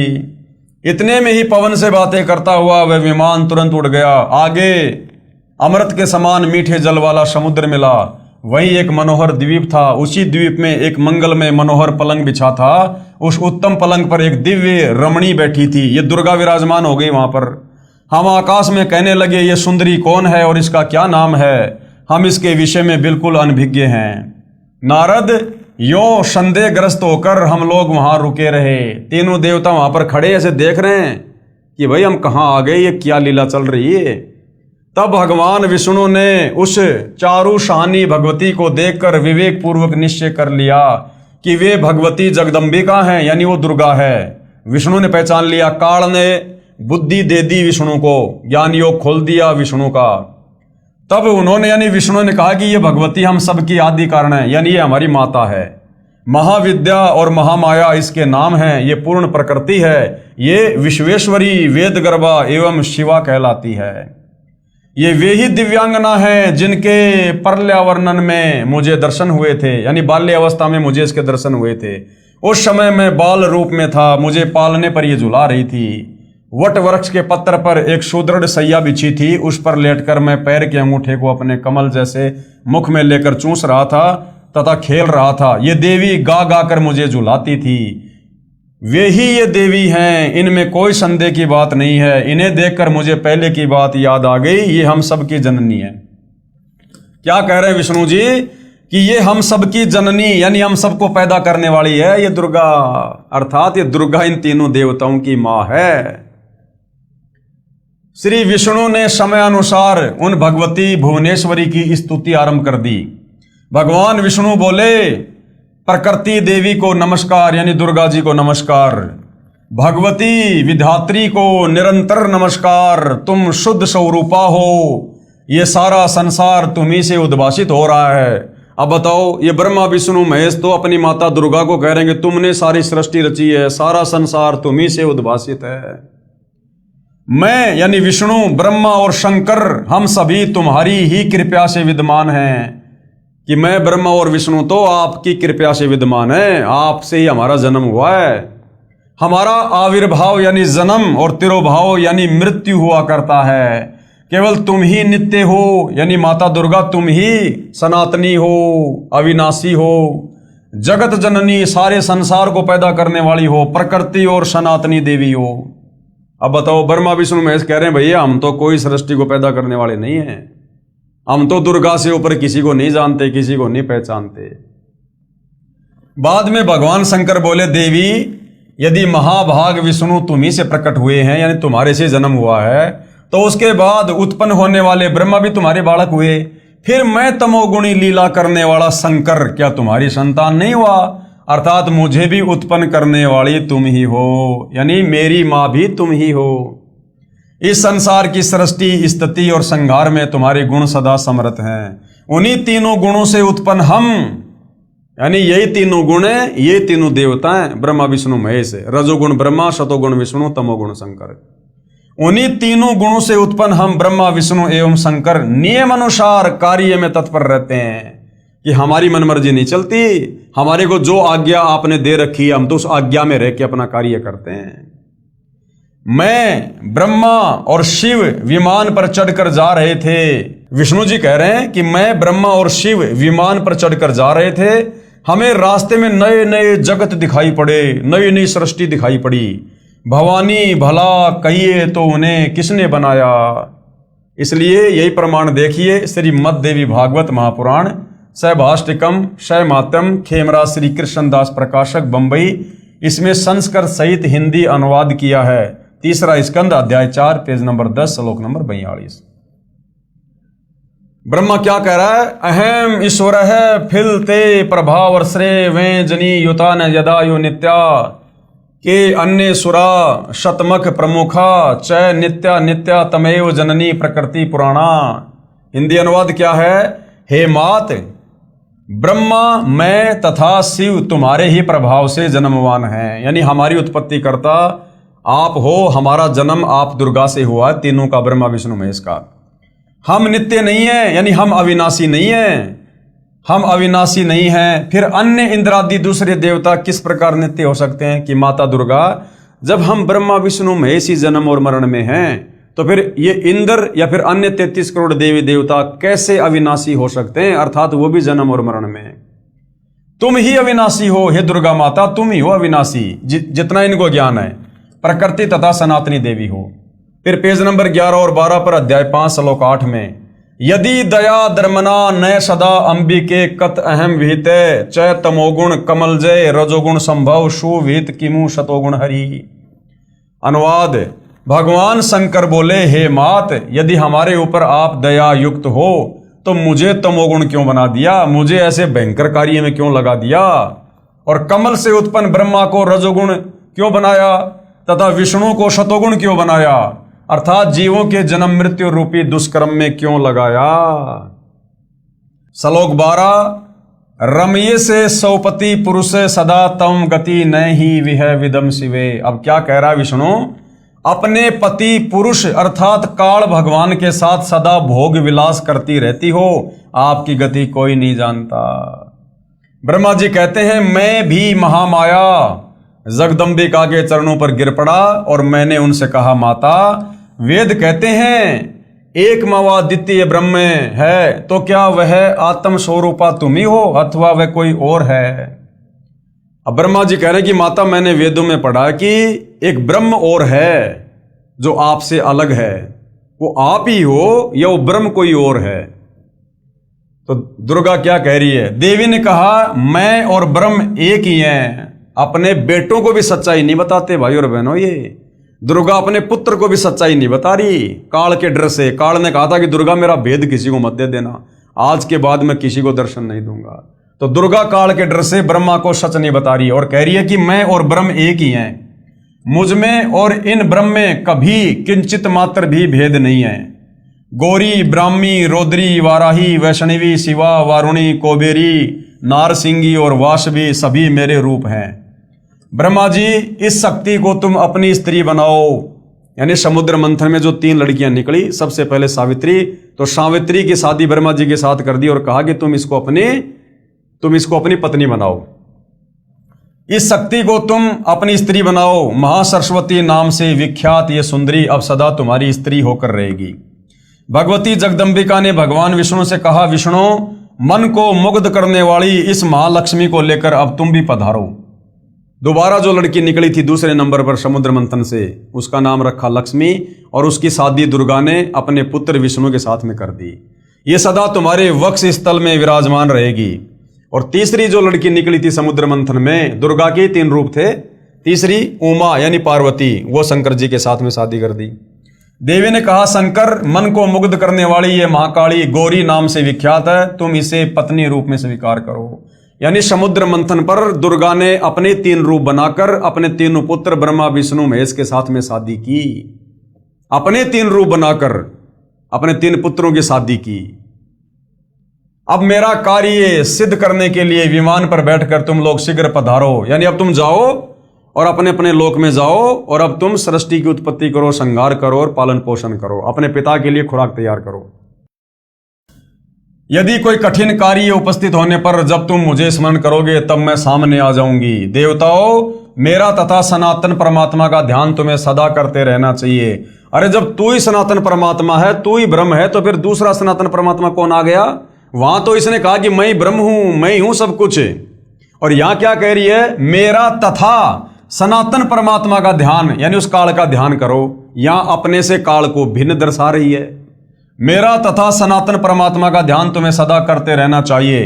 हम दोनों का स्मरण करते रहोगे, हम दोनों का। अब यहां पर 2 साबित कर दिए दुर्गा ने अपने आप ही। हम दोनों का स्मरण करते रहोगे तो तुम्हारे कार्य सिद्ध होने में किंचित मात्र भी संदेह नहीं रहेगा। ब्रह्मा जी कहते हैं, इस प्रकार कहकर भगवती जगदम्बिका ने हमें विदा कर दिया। उन्होंने शुद्ध आचार वाली शक्तियों में से भगवान विष्णु के लिए महालक्ष्मी को, शंकर के लिए महाकाली को और मेरे लिए महासरस्वती को पत्नी बनने की आज्ञा दे दी। अब उस स्थान से हम चल पड़े। अब सार विचार गुरुदेव भगवान कह रहे, निष्कर्ष क्या है? एक ब्रह्मांड की वास्तविक स्थिति से महर्षि व्यास जी, महर्षि नारद जी तथा श्री ब्रह्मा जी, श्री विष्णु जी तथा श्री शंकर जी भी अनभिज्ञ हैं। सारी सृष्टि तो छोड़ो, पर ब्रह्म के 7 संग ब्रह्मांड छोड़ो, काल ब्रह्म के 21 ब्रह्मांड छोड़ो, एक ब्रह्मांड के विषय में 21 ब्रह्मांड में एक ब्रह्मांड के विषय में ये पाराशर ऋषि, वेद व्यास ऋषि, मनु, ब्रह्मा, विष्णु, महेश, नारद, सारद, ये सब अनभिज्ञ हैं। इनको एक ब्रह्मांड का भी ढंग से ज्ञान नहीं है, जिनको हम अजरो अमर सारे जगत पिता परमात्मा कहकर पूज रहे थे। एक ब्रह्मांड की वास्तविक स्थिति से महर्षि व्यास जी, महर्षि नारद जी तथा श्री ब्रह्मा जी, श्री विष्णु तथा श्री शिव शंकर जी भी अनभिज्ञ हैं। यह भी स्पष्ट है कि श्री दुर्गा को प्रकृति भी कहते हैं तथा दुर्गा तथा ब्रह्म यानी ज्योति निरंजन काल का पति पत्नी का संबंध भी है। इसलिए लिखा है कि ब्रह्म के साथ प्रकृति का अभेद संबंध है। जैसे पत्नी को अर्धांगिनी भी कहते हैं। श्री ब्रह्मा जी को स्वयं नहीं पता कि मैं कहां से उत्पन्न हुआ। कह रहा, बेटा नारद, जब मेरी आंख खुली तो मैं कमल के फूल पर बैठा पाया, मुझे नहीं पता ये सृष्टि किसने रची, ये जल कहां से आ गया, अब मेरा आगे क्या कार्य है। ब्रह्मा को अपनी उत्पत्ति का नहीं पता। श्री ब्रह्मा जी को स्वयं नहीं पता कि मैं कहां से उत्पन्न हुआ। 1000 वर्ष तक जल में पृथ्वी की खोज की परंतु नहीं मिली। तब आकाशवाणी के आधार पर 1000 वर्ष तक तप किया। कमल का डंठल पकड़कर नीचे उतरा तो वहां शेषनाग की सैया पर भगवान विष्णु बेहोश पड़े थे। श्री विष्णु जी के शरीर में से एक देवी निकली, भूतनी की तरह, जो सुंदर आभूषण पहने आकाश में विराजमान हो गई। तब श्री विष्णु जी होश में आए, इतने में शंकर जी भी वहीं आ गए। यानी दुर्गा ने तीनों को इकट्ठा कर दिया काल के आदेश से।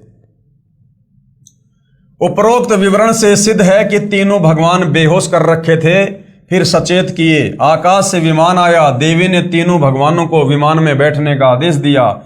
विमान को आकाश में उड़ाया। ऊपर एक ब्रह्मा, एक शिव तथा एक विष्णु और देखा जो ब्रह्मलोक में थे। यानी काल ही ब्रह्मा विष्णु महेश ये तीन रूप बनाकर बैठ गया, इन तीनों को ये दिखाने के लिए कि आगे चलकर आंडी मत भाग जाना कि हम ही हैं सारी सृष्टि के मालिक। विचार करें, ब्रह्मलोक में दूसरे ब्रह्मा विष्णु तथा शिव दिखाई दिए थे। ये ज्योति निरंजन ब्रह्म की ही ये कलाबाजी है। वही अन्य तीन रूप धारण करके ब्रह्मलोक में तीन गुप्त स्थान, एक रजोगुण प्रधान क्षेत्र, एक शतोगुण प्रधान क्षेत्र, एक तमोगुण प्रधान क्षेत्र बनाकर रहता है तथा प्रकृति यानी दुर्गा अष्टंगी को अपनी पत्नी रूप में रखता है। जब ये दोनों रजोगुण प्रधान क्षेत्र में होते हैं तब ये महाब्रह्मा तथा दुर्गा महासावित्री कहलाते हैं। इन दोनों के सहयोग से जो बेटा इस रजोगुण प्रधान क्षेत्र में उत्पन्न होता है वह रजोगुण प्रधान होता है, उसका नाम ये ब्रह्मा रख देते हैं तथा जवान होने तक अचेत करके परवरिश करते रहते हैं। फिर कमल के फूल पर रखकर सचेत कर देते हैं। जब ये दोनों कौन, काल और दुर्गा, जब ये दोनों महाविष्णु तथा महालक्ष्मी रूप में काल ब्रह्म तथा दुर्गा शतोगुण प्रधान क्षेत्र में रहते हैं, तब दोनों के पति पत्नी व्यवहार से जो पुत्र उत्पन्न होता है वह शतोगुण प्रधान होता है, उसका नाम विष्णु रख देते हैं। कुछ दिन के पश्चात बालक को अचेत करके जवान होने तक परवरिश करते रहते हैं। फिर शेषनाग की सैया पर सुला देते हैं, फिर सचेत कर देते हैं। इसी प्रकार जब ये दोनों तमोगुण प्रधान क्षेत्र में होते हैं, कौन, काल और दुर्गा, इसी प्रकार जब ये दोनों तमोगुण प्रधान क्षेत्र में रहते हैं तब शिवा अर्थात दुर्गा तथा महाशिव अर्थात सदाशिव के यानी काल और दुर्गा के पति पत्नी व्यवहार से जो पुत्र इस क्षेत्र में उत्पन्न होता है वह तमोगुण प्रधान होता है, इसका नाम शिव रख देते हैं। इसे भी जवान होने तक अचेत रखते हैं, फिर जवान होने पर सचेत करते हैं। फिर तीनों को इकट्ठा करके विमान में बैठाकर ऊपर के लोगों का दृश्य दिखाते हैं, कहीं ये अपने आप को सर्वे सर्वा ना मान बैठे हैं। इनका अहंकार तोड़ने के लिए कि कहीं आगे चलकर ये अपने आप को ही भगवान ना मान बैठे, इसके लिए काल इनको ब्रह्मलोक में तीन रूप बनाकर ब्रह्मा विष्णु महेश के रूप बनाकर दिखाता है और ये तीनों देवता चक्कर में पड़ जाते हैं कि ये दूसरा ब्रह्मा कौन है, ये दूसरा विष्णु कौन है, ये दूसरा शिव कौन है। गुण प्रधान क्षेत्र को समझने के लिए एक उदाहरण है कि काल किस प्रकार से तीन क्षेत्र बना के रखता है, रजोगुण प्रधान क्षेत्र, शतोगुण प्रधान क्षेत्र और तमोगुण प्रधान क्षेत्र, और कैसे रजोगुण प्रधान क्षेत्र में रजोगुणी बेटा उत्पन्न होता है और शतोगुणी प्रधान क्षेत्र में शतोगुणी बेटा और तमोगुणी प्रधान क्षेत्र में किस प्रकार से तमोगुणी पुत्र ये उत्पन्न करते हैं। किसी मकान में 3 कमरे हैं, एक कमरे में देशभक्त शहीदों के चित्र लगे हों। जब व्यक्ति उस कमरे में जाता है तो उसके विचार भी देशभक्तों जैसे हो जाते हैं उन फोटोओं को देखकर। दूसरे कमरे में साधु संतों ऋषियों आदि के पोस्टर लगे हों, उस कमरे में प्रवेश करते ही मन शांत तथा भगवान की भक्ति की तरफ लग जाता है। और तीसरे कमरे में अश्लील फोटो, अर्धनग्न फोटो, स्त्री पुरुषों के चित्र लगे हों तो मन में स्वतः बकवास घर करने लग जाती है। इसी प्रकार जब ये काल और दुर्गा रजोगुण प्रधान क्षेत्र में होते हैं तो इन काल और दुर्गा के विचार रजोगुणी हो जाते हैं, अश्लील हो जाते हैं। और जब संतान उत्पन्न होती है तो उन्हीं विचारों की संतान उत्पन्न हो जाती है रजोगुण, ब्रह्मा जी। इसलिए ब्रह्मा जी रजोगुण के जो है ये प्रधान देवता हैं। और जब ये काल और दुर्गा शतोगुण प्रधान क्षेत्र में होते हैं तो वहां इनके विचार शतोगुणी हो जाते हैं। और शतोगुणी विचारों में जब ये पति पत्नी व्यवहार करके बच्चा उत्पन्न करते हैं तो वो शतोगुणी प्रधान बच्चा उत्पन्न होता है जिसका नाम ये विष्णु रखते हैं। और जब ये तीसरे प्रधान क्षेत्र तमोगुणी प्रधान क्षेत्र में होते हैं, ये काल महाशिव रूप में और दुर्गा को ये महागौरी रूप में रखता है, महापार्वती रूप में। और वो तमोगुणी प्रधान क्षेत्र है, मतलब जैसे गुस्सा वगैरह, क्रोध वगैरह, तो उस क्षेत्र में उनके विचार वैसे ही होते हैं तमोगुण वाले। और उस समय जब वो पति पत्नी व्यवहार करके संतान उत्पन्न करते हैं तो तमोगुणी संतान उत्पन्न होती है, उसका नाम ये शंकर रख देते हैं। इस प्रकार ऊपर ब्रह्मलोक में काल रूपी ब्रह्म ने 3 स्थान एक एक गुण प्रधान बनाए हैं। तीनों प्रभु रजगुण ब्रह्मा जी, सतगुण विष्णु जी, तमगुण शिव जी अपने गुणों का प्रभाव कैसे डालते हैं। अब ये तीनों देवता अपने अपने लोकों में बैठकर लाखों करोड़ों किलोमीटर दूर इन तीनों लोकों में स्वर्ग लोक के प्राणियों पर, पृथ्वी लोक के प्राणियों पर और पाताल लोक के प्राणियों पर अपना उन गुणों का प्रभाव ये कैसे डालते हैं, उसके लिए गुरुदेव एक उदाहरण दे रहे हैं। उदाहरण जैसे रसोई घर में मिर्चों का छोंक सब्जी में लगाया, मिर्च के गुण से सभी कमरों के व्यक्तियों को छींकें आने लगी। जैसे साकार वस्तु मिर्च तो रसोई में थी, परंतु उसकी निराकार शक्ति अर्थात गुण ने दूर बैठे व्यक्तियों को भी प्रभावित कर दिया। ठीक इसी प्रकार तीनों प्रभु श्री ब्रह्मा जी रजगुण, श्री विष्णु जी सतगुण तथा श्री शिव जी तमगुण अपने अपने लोक में रहते हुए तीन लोक, पृथ्वी लोक, पाताल लोक तथा स्वर्ग लोक के प्राणियों को प्रभावित रखते हैं। जैसे मोबाइल फोन की रेंज से फोन कार्य करता है, इसी प्रकार अदृश्य शक्ति रूपी गुणों से तीनों देवता अपने पिता काल ब्रह्म की सृष्टि उसके भोजन के लिए चला रहे हैं। दुर्गा का अपना अलग लोक भी है जिसमें ये अपने वास्तविक रूप में दर्शन देती है। फिर इनका विमान दुर्गा के द्वीप में पहुंचा, तब ज्योति निरंजन अर्थात काल रूपी ब्रह्म ने विष्णु जी को बचपन की याद प्रदान कर दी। तब श्री विष्णु जी ने बताया कि ये दुर्गा अपनी तीनों की माँ है। मैं बालक रूप में पालने में लेटा था, ये मुझे लोरी देकर झुला रही थी। तब श्री विष्णु जी ने कहा कि हे दुर्गा, आप हमारी माता हो। मैं विष्णु, ब्रह्मा तथा शंकर तो जन्मवान है, यानी हमारा तो आपसे जन्म हुआ है। हमारा तो आविर्भाव का मतलब होता है जन्म, अर्थात जन्म, तथा तिरोभाव का मतलब होता है मृत्यु होती है। हम अविनाशी नहीं हैं, आप प्रकृति देवी हो। ये बात श्री शंकर जी ने भी स्वीकार की तथा कहा कि मैं तमोगुणी लीला करने वाला शंकर भी आपका ही पुत्र हूं। श्री विष्णु जी तथा श्री ब्रह्मा जी भी आपसे ही उत्पन्न हुए हैं। तो भाई और बहनों, कितने कंसेप्ट क्लियर कर दिए पूज्य गुरुदेव भगवान ने इन्हीं पुराणों से कि ब्रह्मा विष्णु महेश की माँ दुर्गा है, इनका जो बाप है, पिता है, वो काल है। दुर्गा और काल आपस में पति पत्नी हैं। ये तीनों देवता ब्रह्मा विष्णु महेश, इनका जन्म और मृत्यु होती है, ये अविनाशी नहीं है।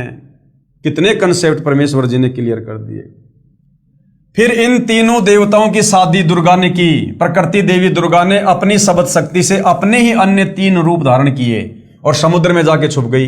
श्री ब्रह्मा जी की शादी सावित्री से, श्री विष्णु जी की शादी लक्ष्मी से तथा श्री शिव की शादी उमा अर्थात काली से करके विमान में बैठाकर इनके अलग अलग द्वीपों यानी लोकों में भेज दिया। ज्योति निरंजन यानी काल ब्रह्म ने अपने श्वासों द्वारा समुद्र में 4 वेद छुपा दिए। फिर प्रथम सागर मंथन के समय ऊपर प्रकट कर दिए। ज्योति निरंजन यानी काल के आदेश से दुर्गा ने 4 वेद श्री ब्रह्मा जी को दिए। ब्रह्मा ने दुर्गा यानी अपनी माता से पूछा कि वेदों में जो ब्रह्म है वो आप ही हो या कोई अन्य है। तो दुर्गा ने शुरू में तो झूठ बोल दिया। दुर्गा ने काल के डर से वास्तविकता छुपाने की चेष्टा करते हुए कहा कि मैं तथा ब्रह्म एक ही हैं, कोई भेद नहीं है। फिर भी वास्तविकता नहीं छुपी। दुर्गा ने फिर दुर्गा ने हकीकत बतानी पड़ी कि तुम तीनों मेरा तथा ब्रह्म का सदा स्मरण करते रहना, मेरा तथा ब्रह्म का। फिर लास्ट में दुर्गा ने 2 साबित कर दिए कि बेटा मैं अलग हूं और तुम्हारा बाप ब्रह्म अलग है। फिर तुम तीनों यानी तुम ब्रह्मा विष्णु महेश, मेरा यानी दुर्गा का और ब्रह्म यानी काल का सदा स्मरण करते रहना। हम दोनों का, या साफ साफ कह दिया, हम दोनों का यानी दुर्गा और काल का सुमरण करते रहने से यदि कोई कठिन कार्य होगा तो मैं तुरंत सामने आ जाऊंगी। विशेष क्योंकि काल ने दुर्गा से कह रखा है कि मेरा भेद किसी को मत दे देना कि मैं काल हूं, मुझे 1 लाख खाने पड़ते हैं। इस डर से दुर्गा सर्व जगत को वास्तविकता से अपरिचित रखती है। ये अपने पुत्रों को भी धोखे में रखते हैं। अब बताओ, आम व्यक्तियों को इनकी भक्ति पूजा से क्या मिलेगा, कैसे मोक्ष मिलेगा, जब ये दुर्गा अपने तीनों बेटों को भी धोखे में रखती है, सच्चाई नहीं बताती। इसका कारण है कि काल को श्राप लगा है 1 लाख मानव शरीरधारी प्राणियों का आहार नित्य करने का। अब ये सारी राम कहानी भाई और बहनों, श्राप क्यों लगा, किसने दिया, जिस कारण से ये गुप्त रहता है, किसी को दर्शन नहीं देता, दुर्गा के माध्यम से सारा काम करवाता है।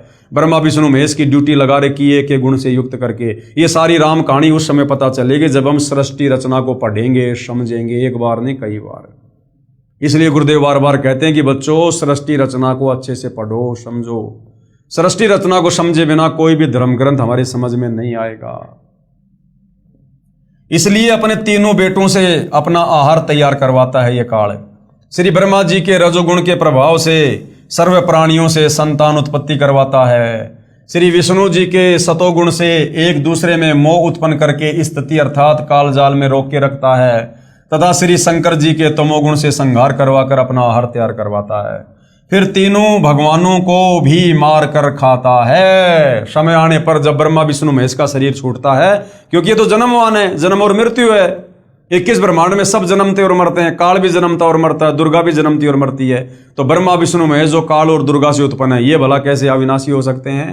तो जब ब्रह्मा विष्णु महेश का शरीर छूटता है, उस समय फिर ये काल इनको भी तपतशिला पर भून भून के खाता है, इनका भी शोरबा निकालता है, तथा नए पुण्यकर्मी प्राणियों में से 3 पुत्र उत्पन्न करके अपना कार्य जारी रखता है, और नई अन्य 3 आत्माओं को उसी प्रकार से उन 3 क्षेत्रों में ले जाकर रजोगुणी, तमोगुणी, सतोगुणी करके और फिर ब्रह्मा विष्णु महेश की पोस्ट पे बैठा देता है और अपना कार्य अपने भोजन के लिए लगातार जारी रखता है।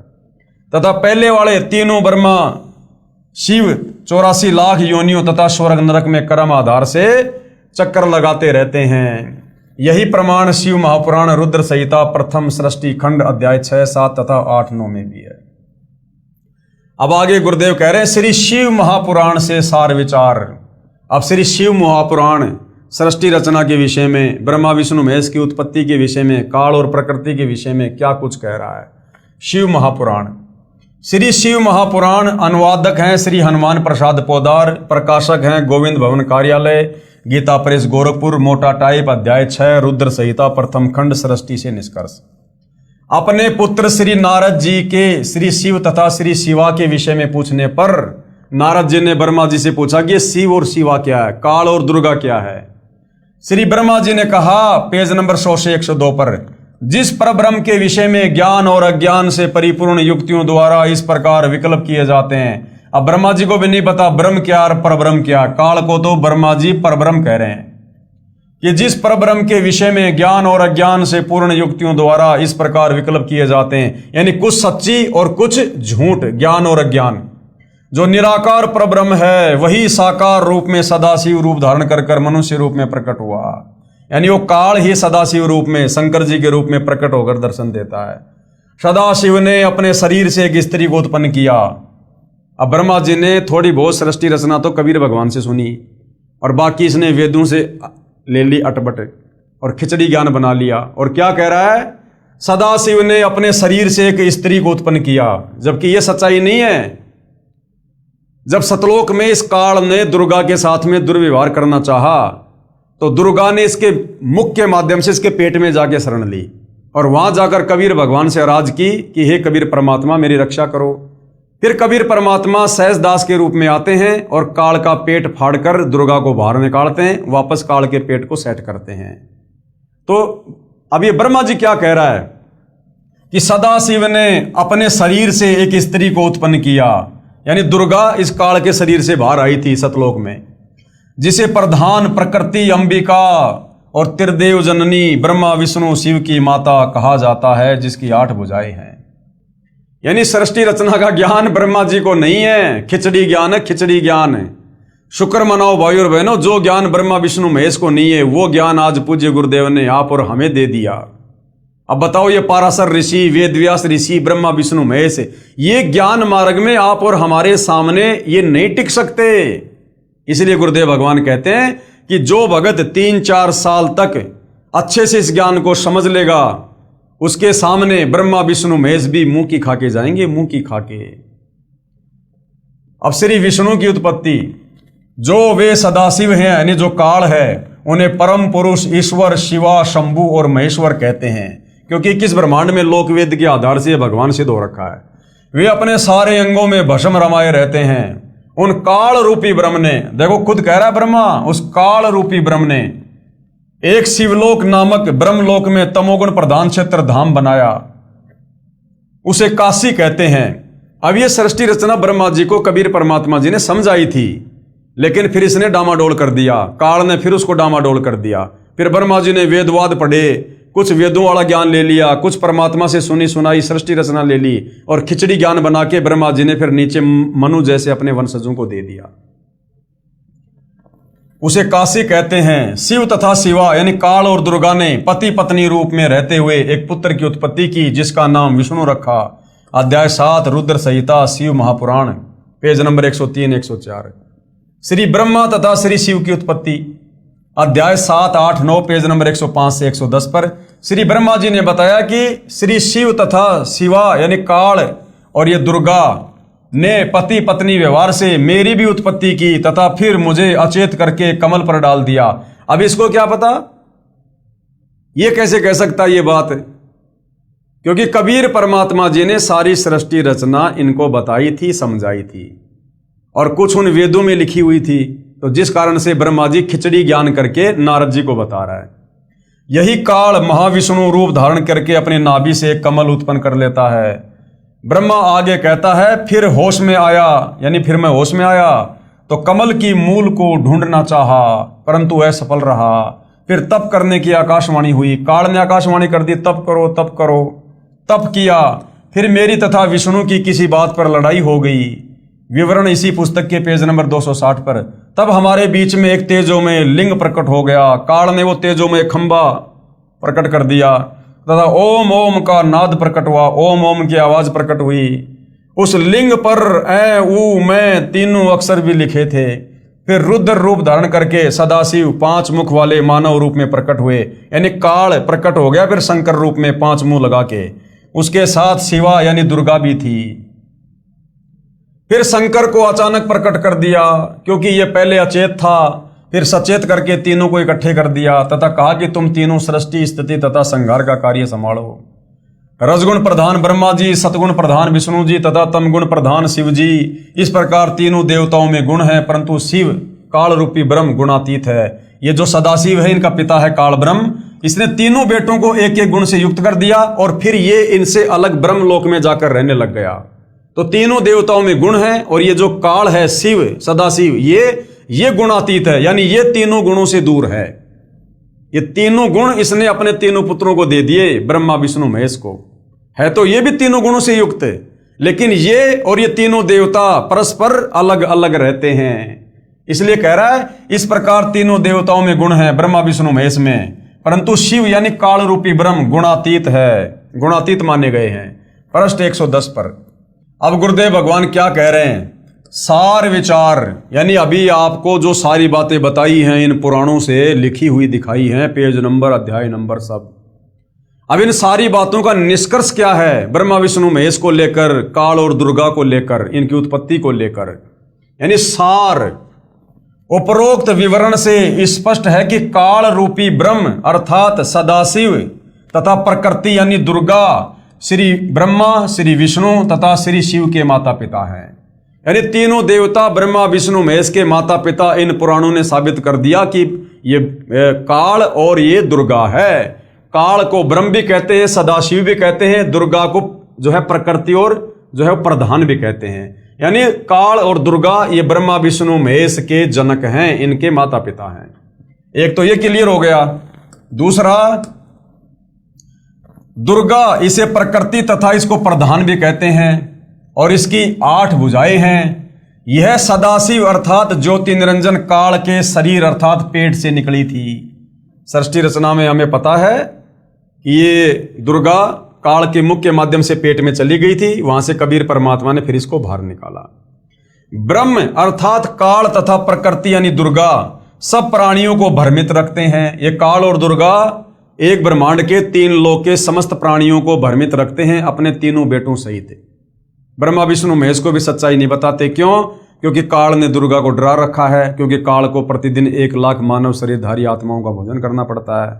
अगर सच्चाई का पता चल गया तो तीनों बेटे फिर काल के लिए भोजन बनाना बंद कर देंगे। अपने पुत्रों को भी वास्तविकता नहीं बताते। कारण है कहीं काल यानी ब्रह्म के 21 ब्रह्मांड के प्राणियों को पता लग जाए कि हमें तपतशिला पर भून कर काल ब्रह्म यानी ज्योति निरंजन खाता है, इसलिए जन्म मृत्यु तथा अन्य दुखदायी योनियों में पीड़ित करता है। अगर सभी प्राणियों को पता चल गया इस काल के विषय में, जैसे आज पता चल गया, आप और हमें पता चल गया, गुरुदेव ने बता दिया, तो आज अब ये ज्ञान पता होने के बाद आप और हमारी इच्छा, हमारी वृत्ति यहां से हट रही है। हमें यहां रहने का मन नहीं कर रहा। अब शतलोक जाने की इच्छा बन रही है। तो काल को डर रहता है, यदि सभी प्राणियों को मेरी असलियत का पता चल गया, सृष्टि रचना का पता चल गया कि मैं रोजाना 1 लाख खाता हूं, तो सारे प्राणी उस तत्वदर्शी संत की शरण में आकर मेरे लोक से भाग जाएंगे, सतलोक चले जाएंगे, फिर मैं खाऊंगा क्या। इसलिए ये अपने काल रूप में ना तो सच्चाई बताता, ना किसी को दर्शन देता। तथा अपने तीनों पुत्रों रजगुण ब्रह्मा जी, सतगुण विष्णु जी, तमगुण शिव जी से उत्पत्ति, स्थिति, पालन तथा संहार का कार्य करवाकर अपना भोजन तैयार करवाता है। क्योंकि काल को 1 लाख मानव शरीरधारी प्राणियों का आहार करने का श्राप लगा है। कृपया श्रीमद् भगवत गीता जी में भी देखिए, काल ब्रह्म तथा प्रकृति यानी दुर्गा के पति पत्नी कर्म से रजगुण ब्रह्मा, सतगुण विष्णु तथा तमगुण शिव की उत्पत्ति। अब ये तीनों गुण क्या है, ये हम पहले भी पढ़ चुके हैं, लेकिन हम फिर पढ़ेंगे इसको भाई और बहनों, और हम आज यहीं तक लेंगे इसको। अब ये तीनों गुण क्या हैं, रजगुण क्या है, सतगुण क्या है, तमगुण क्या है, क्या ये ब्रह्मा विष्णु महेश ये 3 गुण हैं? तीनों गुण क्या है प्रमाण सहित? तीनों गुण रजगुण ब्रह्मा जी, सतगुण विष्णु जी, तमगुण शिव जी हैं।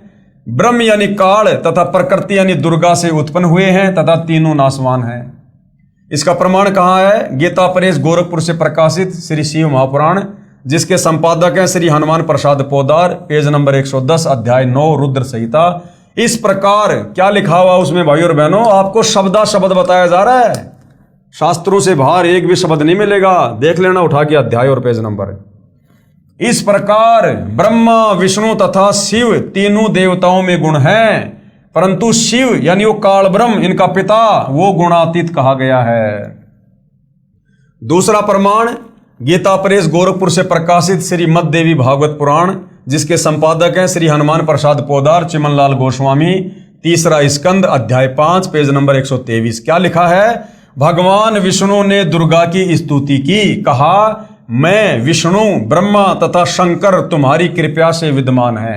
हमारा तो आविर्भाव यानी जन्म होता है तथा तिरोभाव यानी मृत्यु होती है। हम नित्य यानी अविनाशी नहीं हैं।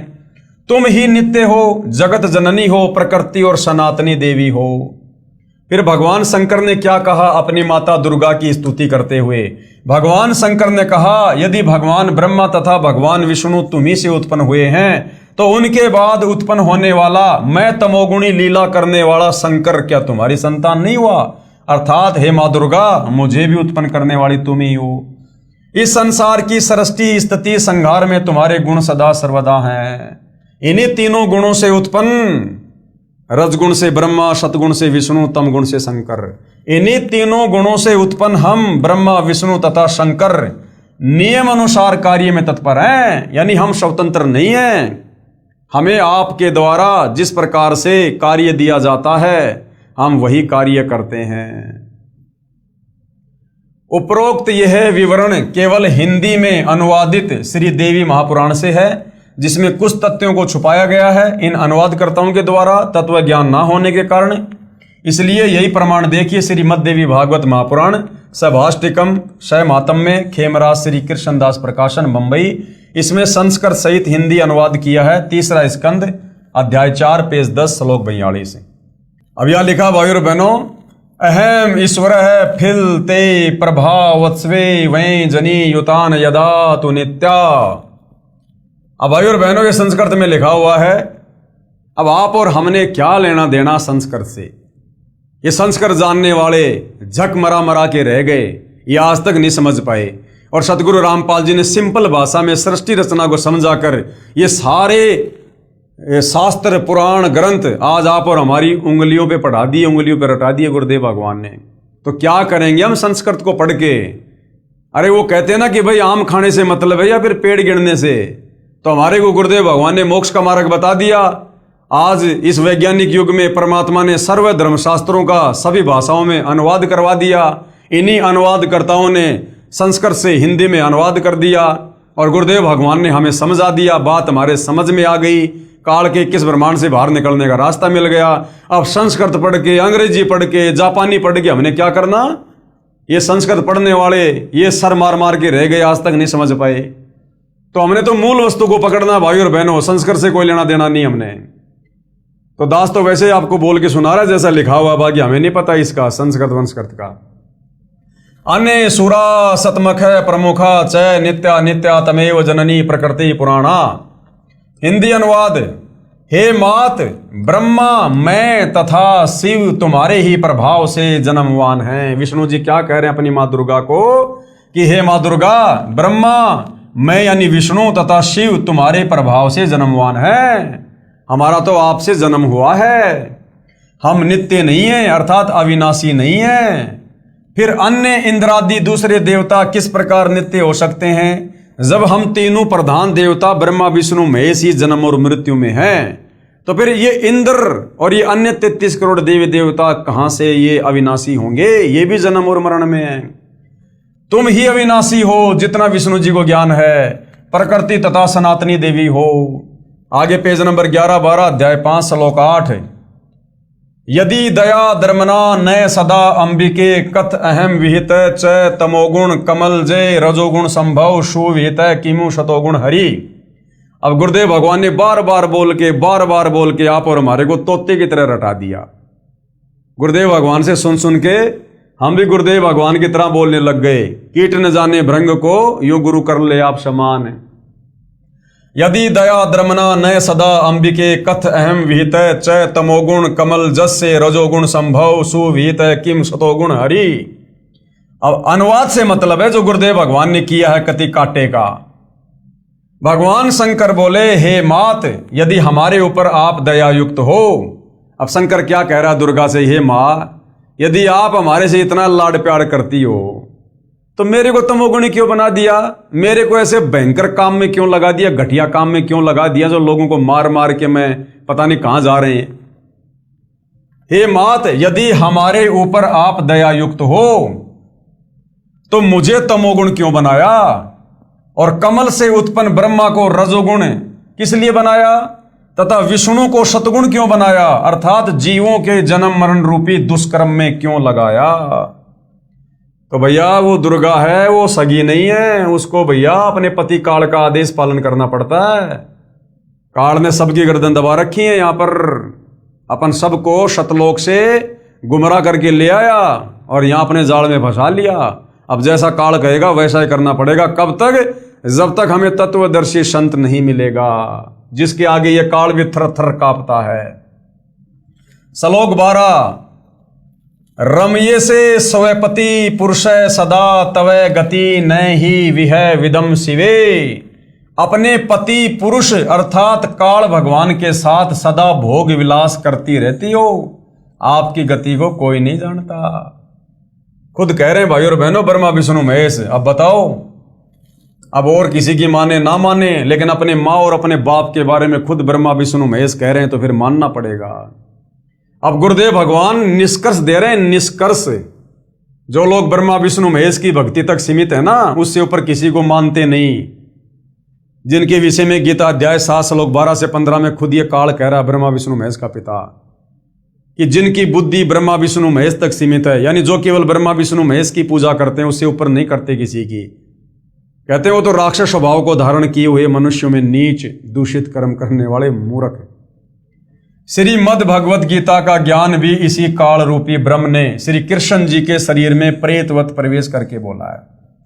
उपरोक्त पवित्र पुराणों ने प्रमाणित कर दिया कि प्रकृति दुर्गा को कहते हैं। गीता अध्याय 14 श्लोक नंबर 3, 4 और 5, इसमें प्रकृति शब्द है। तो ये जो प्रकृति है ये दुर्गा को कहते हैं। इन पुराणों से क्लियर हो गया।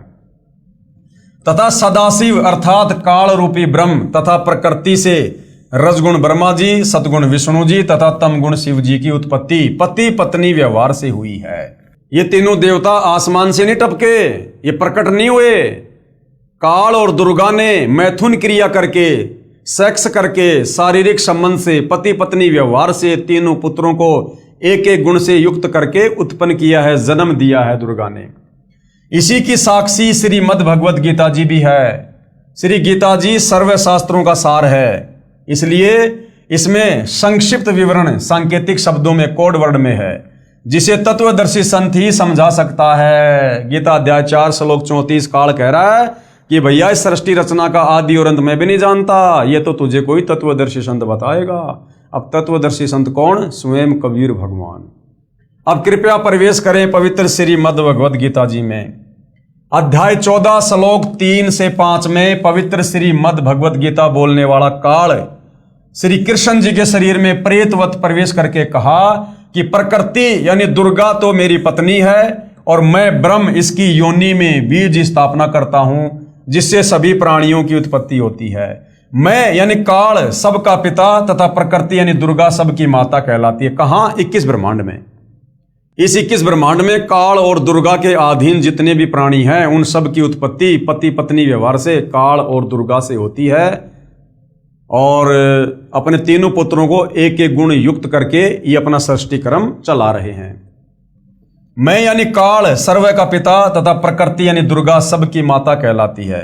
प्रकृति यानी दुर्गा से उत्पन्न तीनों गुण रजगुण ब्रह्मा, सतगुण विष्णु, तम गुण शिव जी जीव आत्मा को कर्म आधार से शरीरों में बांधते हैं। अब बताओ ये ब्रह्मा विष्णु महेश तो हमें काल और दुर्गा के अधीन होकर कर्म बंधन में बांध के रखते हैं ताकि हम काल के जाल से ना छूट जाएं और हम इन्हीं की पूजा करके मुक्त होना चाहते हैं, मोक्ष प्राप्त करना चाहते हैं, कभी नहीं कर सकते। अर्थात ये तीनों ही सर्व प्राणियों को संस्कार के आधार से उत्पत्ति स्थिति तथा संहार करके फंसा कर रखते हैं। अध्याय 11 श्लोक 32 में कहा है कि मैं काल हूं। ये दुर्गा का पति काल, ब्रह्मा विष्णु महेश का पिता काल गीता ज्ञान देते समय श्री कृष्ण जी के शरीर में प्रेत की भांति प्रवेश करके क्या कह रहा है? अध्याय 11 श्लोक 32 मैं काल हूं, सर्व को खाने के लिए प्रकट हुआ हूं। अध्याय 11 श्लोक 21 में अर्जुन कह रहा है कि आप तो ऋषियों को भी खा रहे हो, देवताओं तथा सिद्ध भी आपके मंगल अर्थात रक्षा की याचना कर रहे हैं, वेदों के शत्रुओं द्वारा आपकी स्तुति कर रहे हैं, परंतु आप सबको खा रहे हो। यानी अर्जुन करा कि भगवान लोग तो आपसे भीख मांग रहे हैं जीवन की, आपकी महिमा कर रहे हैं और आप तो उनको भी खा रहे हो। कुछ आपकी दाढ़ी में लटके दिखाई देते हैं, कुछ आप में प्रवेश कर रहे हैं। तो भैया ये काल किसी को नहीं छोड़ता। जब ये अपने तीनों बेटे ब्रह्मा विष्णु महेश को नहीं छोड़ता, इनको भी तपस्या पे भून भून के खाता है, जब मनुष्य रूप में इनका शरीर छूटता है तो बताओ फिर औरों को क्या बख्शेंगे। इसलिए परमात्मा कहते हैं माया काली नागनी आपे जाए आपे खाए और कुंडली में छोड़े नहीं सो बातों की बात। तो भाइयों और बहनों, आज आप और हमें बड़े परम सौभाग्य से कबीर परमेश्वर जी जो स्वयं धरती पर तत्वदर्शी संत के रूप में सतगुरु रामपाल जी के नाम से प्रकट हैं, उनकी शरण प्राप्त हुई है। ये कितना उलझा हुआ ज्ञान है इन शास्त्रों में, कहीं कहीं से उठाकर कबीर परमात्मा सतगुरु रामपाल जी कैसे कैसे आप और हमारे लिए सेट करके इस पवित्र पुस्तक ज्ञान गंगा में लिखे हैं, ताकि हम समझ सकें, काल के जाल को समझ सकें, ब्रह्मा विष्णु महेश के षड्यंत्र को समझ सकें। जब ये ब्रह्मा विष्णु महेश खुद काल के षड्यंत्र में फंसे हुए हैं, इनको भी नहीं पता पूरी व्यवस्था का, एक ब्रह्मांड की रचना का नहीं पता, तो सोचो आम प्राणियों की आप और हमारी क्या औकात जो हम पूरी कंप्लीट सृष्टि रचना को समझ जाएं। तो ये कंप्लीट सृष्टि रचना कबीर परमात्मा ने आज सतगुरु रामपाल जी के नाम से प्रकट होकर स्वयं समझाई है। तो आज भाइयों और बहनों शुभ अवसर है, गोल्डन चांस है इस काल के भयंकर षड्यंत्र से बाहर निकलने का।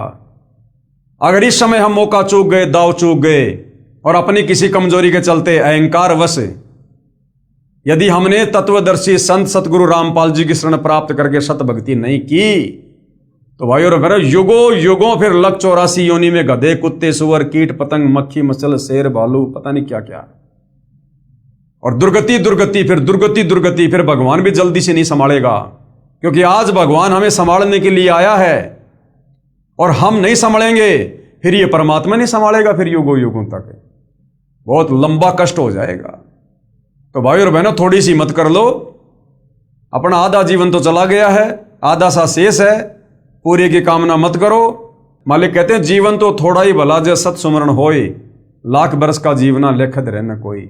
अगर बात समझ में आ जाए, ज्ञान समझ में आ जाए, ये षड्यंत्र समझ में आ जाए काल का, तो सतगुरु रामपाल जी की भक्ति तन मन कर्म वचन से दिलो जान से दिन रात करके और यहां से फारिग होने की कोशिश करो। फिर वो सारे सुख, सारे ठाठ बाट, सारी मौज मस्ती, सारे भोग विलास फिर वो सतलोक में मिलेंगे। सतलोक में अखंड सुख, अखंड, वहां भी पति पत्नी है, लेकिन वहां यहां की तरह मैथुन क्रिया नहीं है। यहाँ की मैथुन क्रिया में हम जो झूठा आनंद लेते हैं सेक्स करते समय, शतलोक में इससे करोड़ों गुना ज्यादा उत्तम आनंद वहां पर एक दूसरे को देखने से आता, देखने से। और वहां का भोग विलास यहाँ के भोग विलास से करोड़ों अरबों गुना ज्यादा श्रेष्ठ और उत्तम है, आनंददायक है। तो सब कुछ मिलेगा वहां पर, सब कुछ। जो गंदा सुख यहां पर काल हमें दे रहा है उलझाने के लिए, उससे करोड़ों अरबों गुना ज्यादा परम आनंददायक सुख हमें शतलोक में मिलेगा। और फिर हमारे ऊपर कोई जो है वो कर्म नहीं लगेगा, कोई पाप नहीं लगेंगे, कोई चिंता नहीं, कोई टेंशन नहीं, कोई 3 गुण नहीं, कोई कुछ नहीं। अजरो अमर शरीर मिलेगा, निरोगी शरीर मिलेगा, ट्रांसपेरेंट शरीर मिलेगा, पारदर्शी शरीर। 16 सूर्य जितनी चमक है, सबके अपने महल हैं, ठाट बाट हैं। यहाँ तो एक मोटरसाइकिल, एक 4 व्हीलर के लिए आदमी पूरी जिंदगी गधे की तरह कमाता है, फिर भी वो किस्तों पे लेके आता है, फिर किस्तों की टेंशन। और वहां सबके पर्सनल विमान, बिना डीजल पेट्रोल के, बिना इंजन के, जो इच्छा करोगे वहीं जाएगा, वहीं उड़ेगा। वहां कोई एक्सीडेंट नहीं होता, पहाड़ों के अंदर से निकल जाओ चाहे। निःशुल्क खाना पीना रहना, सब कुछ परम आनंददायक। ना गर्मी, ना सर्दी, ना बरसात, एक रस मौसम, मीठी मीठी धुन, अनहद नाद बजता रहता है, मन को आनंदित करने वाला। तो भाई और बहनों, वहां के ठाट बाट तो अजब गजब हैं, जैसा गुरुदेव भगवान हमें बताते हैं। लेकिन मिलेंगे कब? जब पहले हम काल के भयंकर षड्यंत्र से परिचित होंगे, गुरुदेव के सत्संग सुनकर, पुस्तकों को पढ़कर। जब हम इस सारे उलझे हुए अज्ञान से परिचित होंगे और फिर गुरुदेव ने किस प्रकार से सुलझाकर हमें समझाया है, फिर हमारी भक्ति करने की रुचि बनेगी। जब काल के डर से भयभीत होकर हम सतलोक जाने की तरफ अग्रसर होंगे। भय बिना भक्ति नहीं होती, और भय बनेगा ज्ञान से कि रह गए तो फिर क्या बनेगा। देख लो, ब्रह्मा विष्णु महेश की चक्री बांध रखी आप और हमारी क्या औकात है। तो भाई और बहनों, सतगुरु रामपाल जी परमेश्वर जी ने आप और हमारे आत्म कल्याण के लिए कोई कसर नहीं छोड़ी है। अब यदि कमी रहेगी तो हम खुद ही अपने पैर पर एक कुल्हड़ा मार सकते हैं। बाकी भगवान ने तो दया करने में भाई छप्पर फाड़ रखा, छप्पर। बाकी भाई अपने अपने भाग, अपने अपने संस्कार, सकल पदार्थ हैं जगमाही, भाग बिना नर पावत नहीं। तो भाई और बहनों, आज के पवित्र ज्ञान गंगा पुस्तक पर बन रहे वीडियो की श्रृंखला में केवल इतना ही। कल परमेश्वर की सेवा में फिर हाजिर होंगे। तब तक गुरुदेव भगवान हम सबको आज्ञा दे, आशीर्वाद दे, सद्बुद्धि दे, मार्गदर्शन करे। बंदी छोड़ सतगुरु रामपाल जी परमेश्वर जी की जय हो।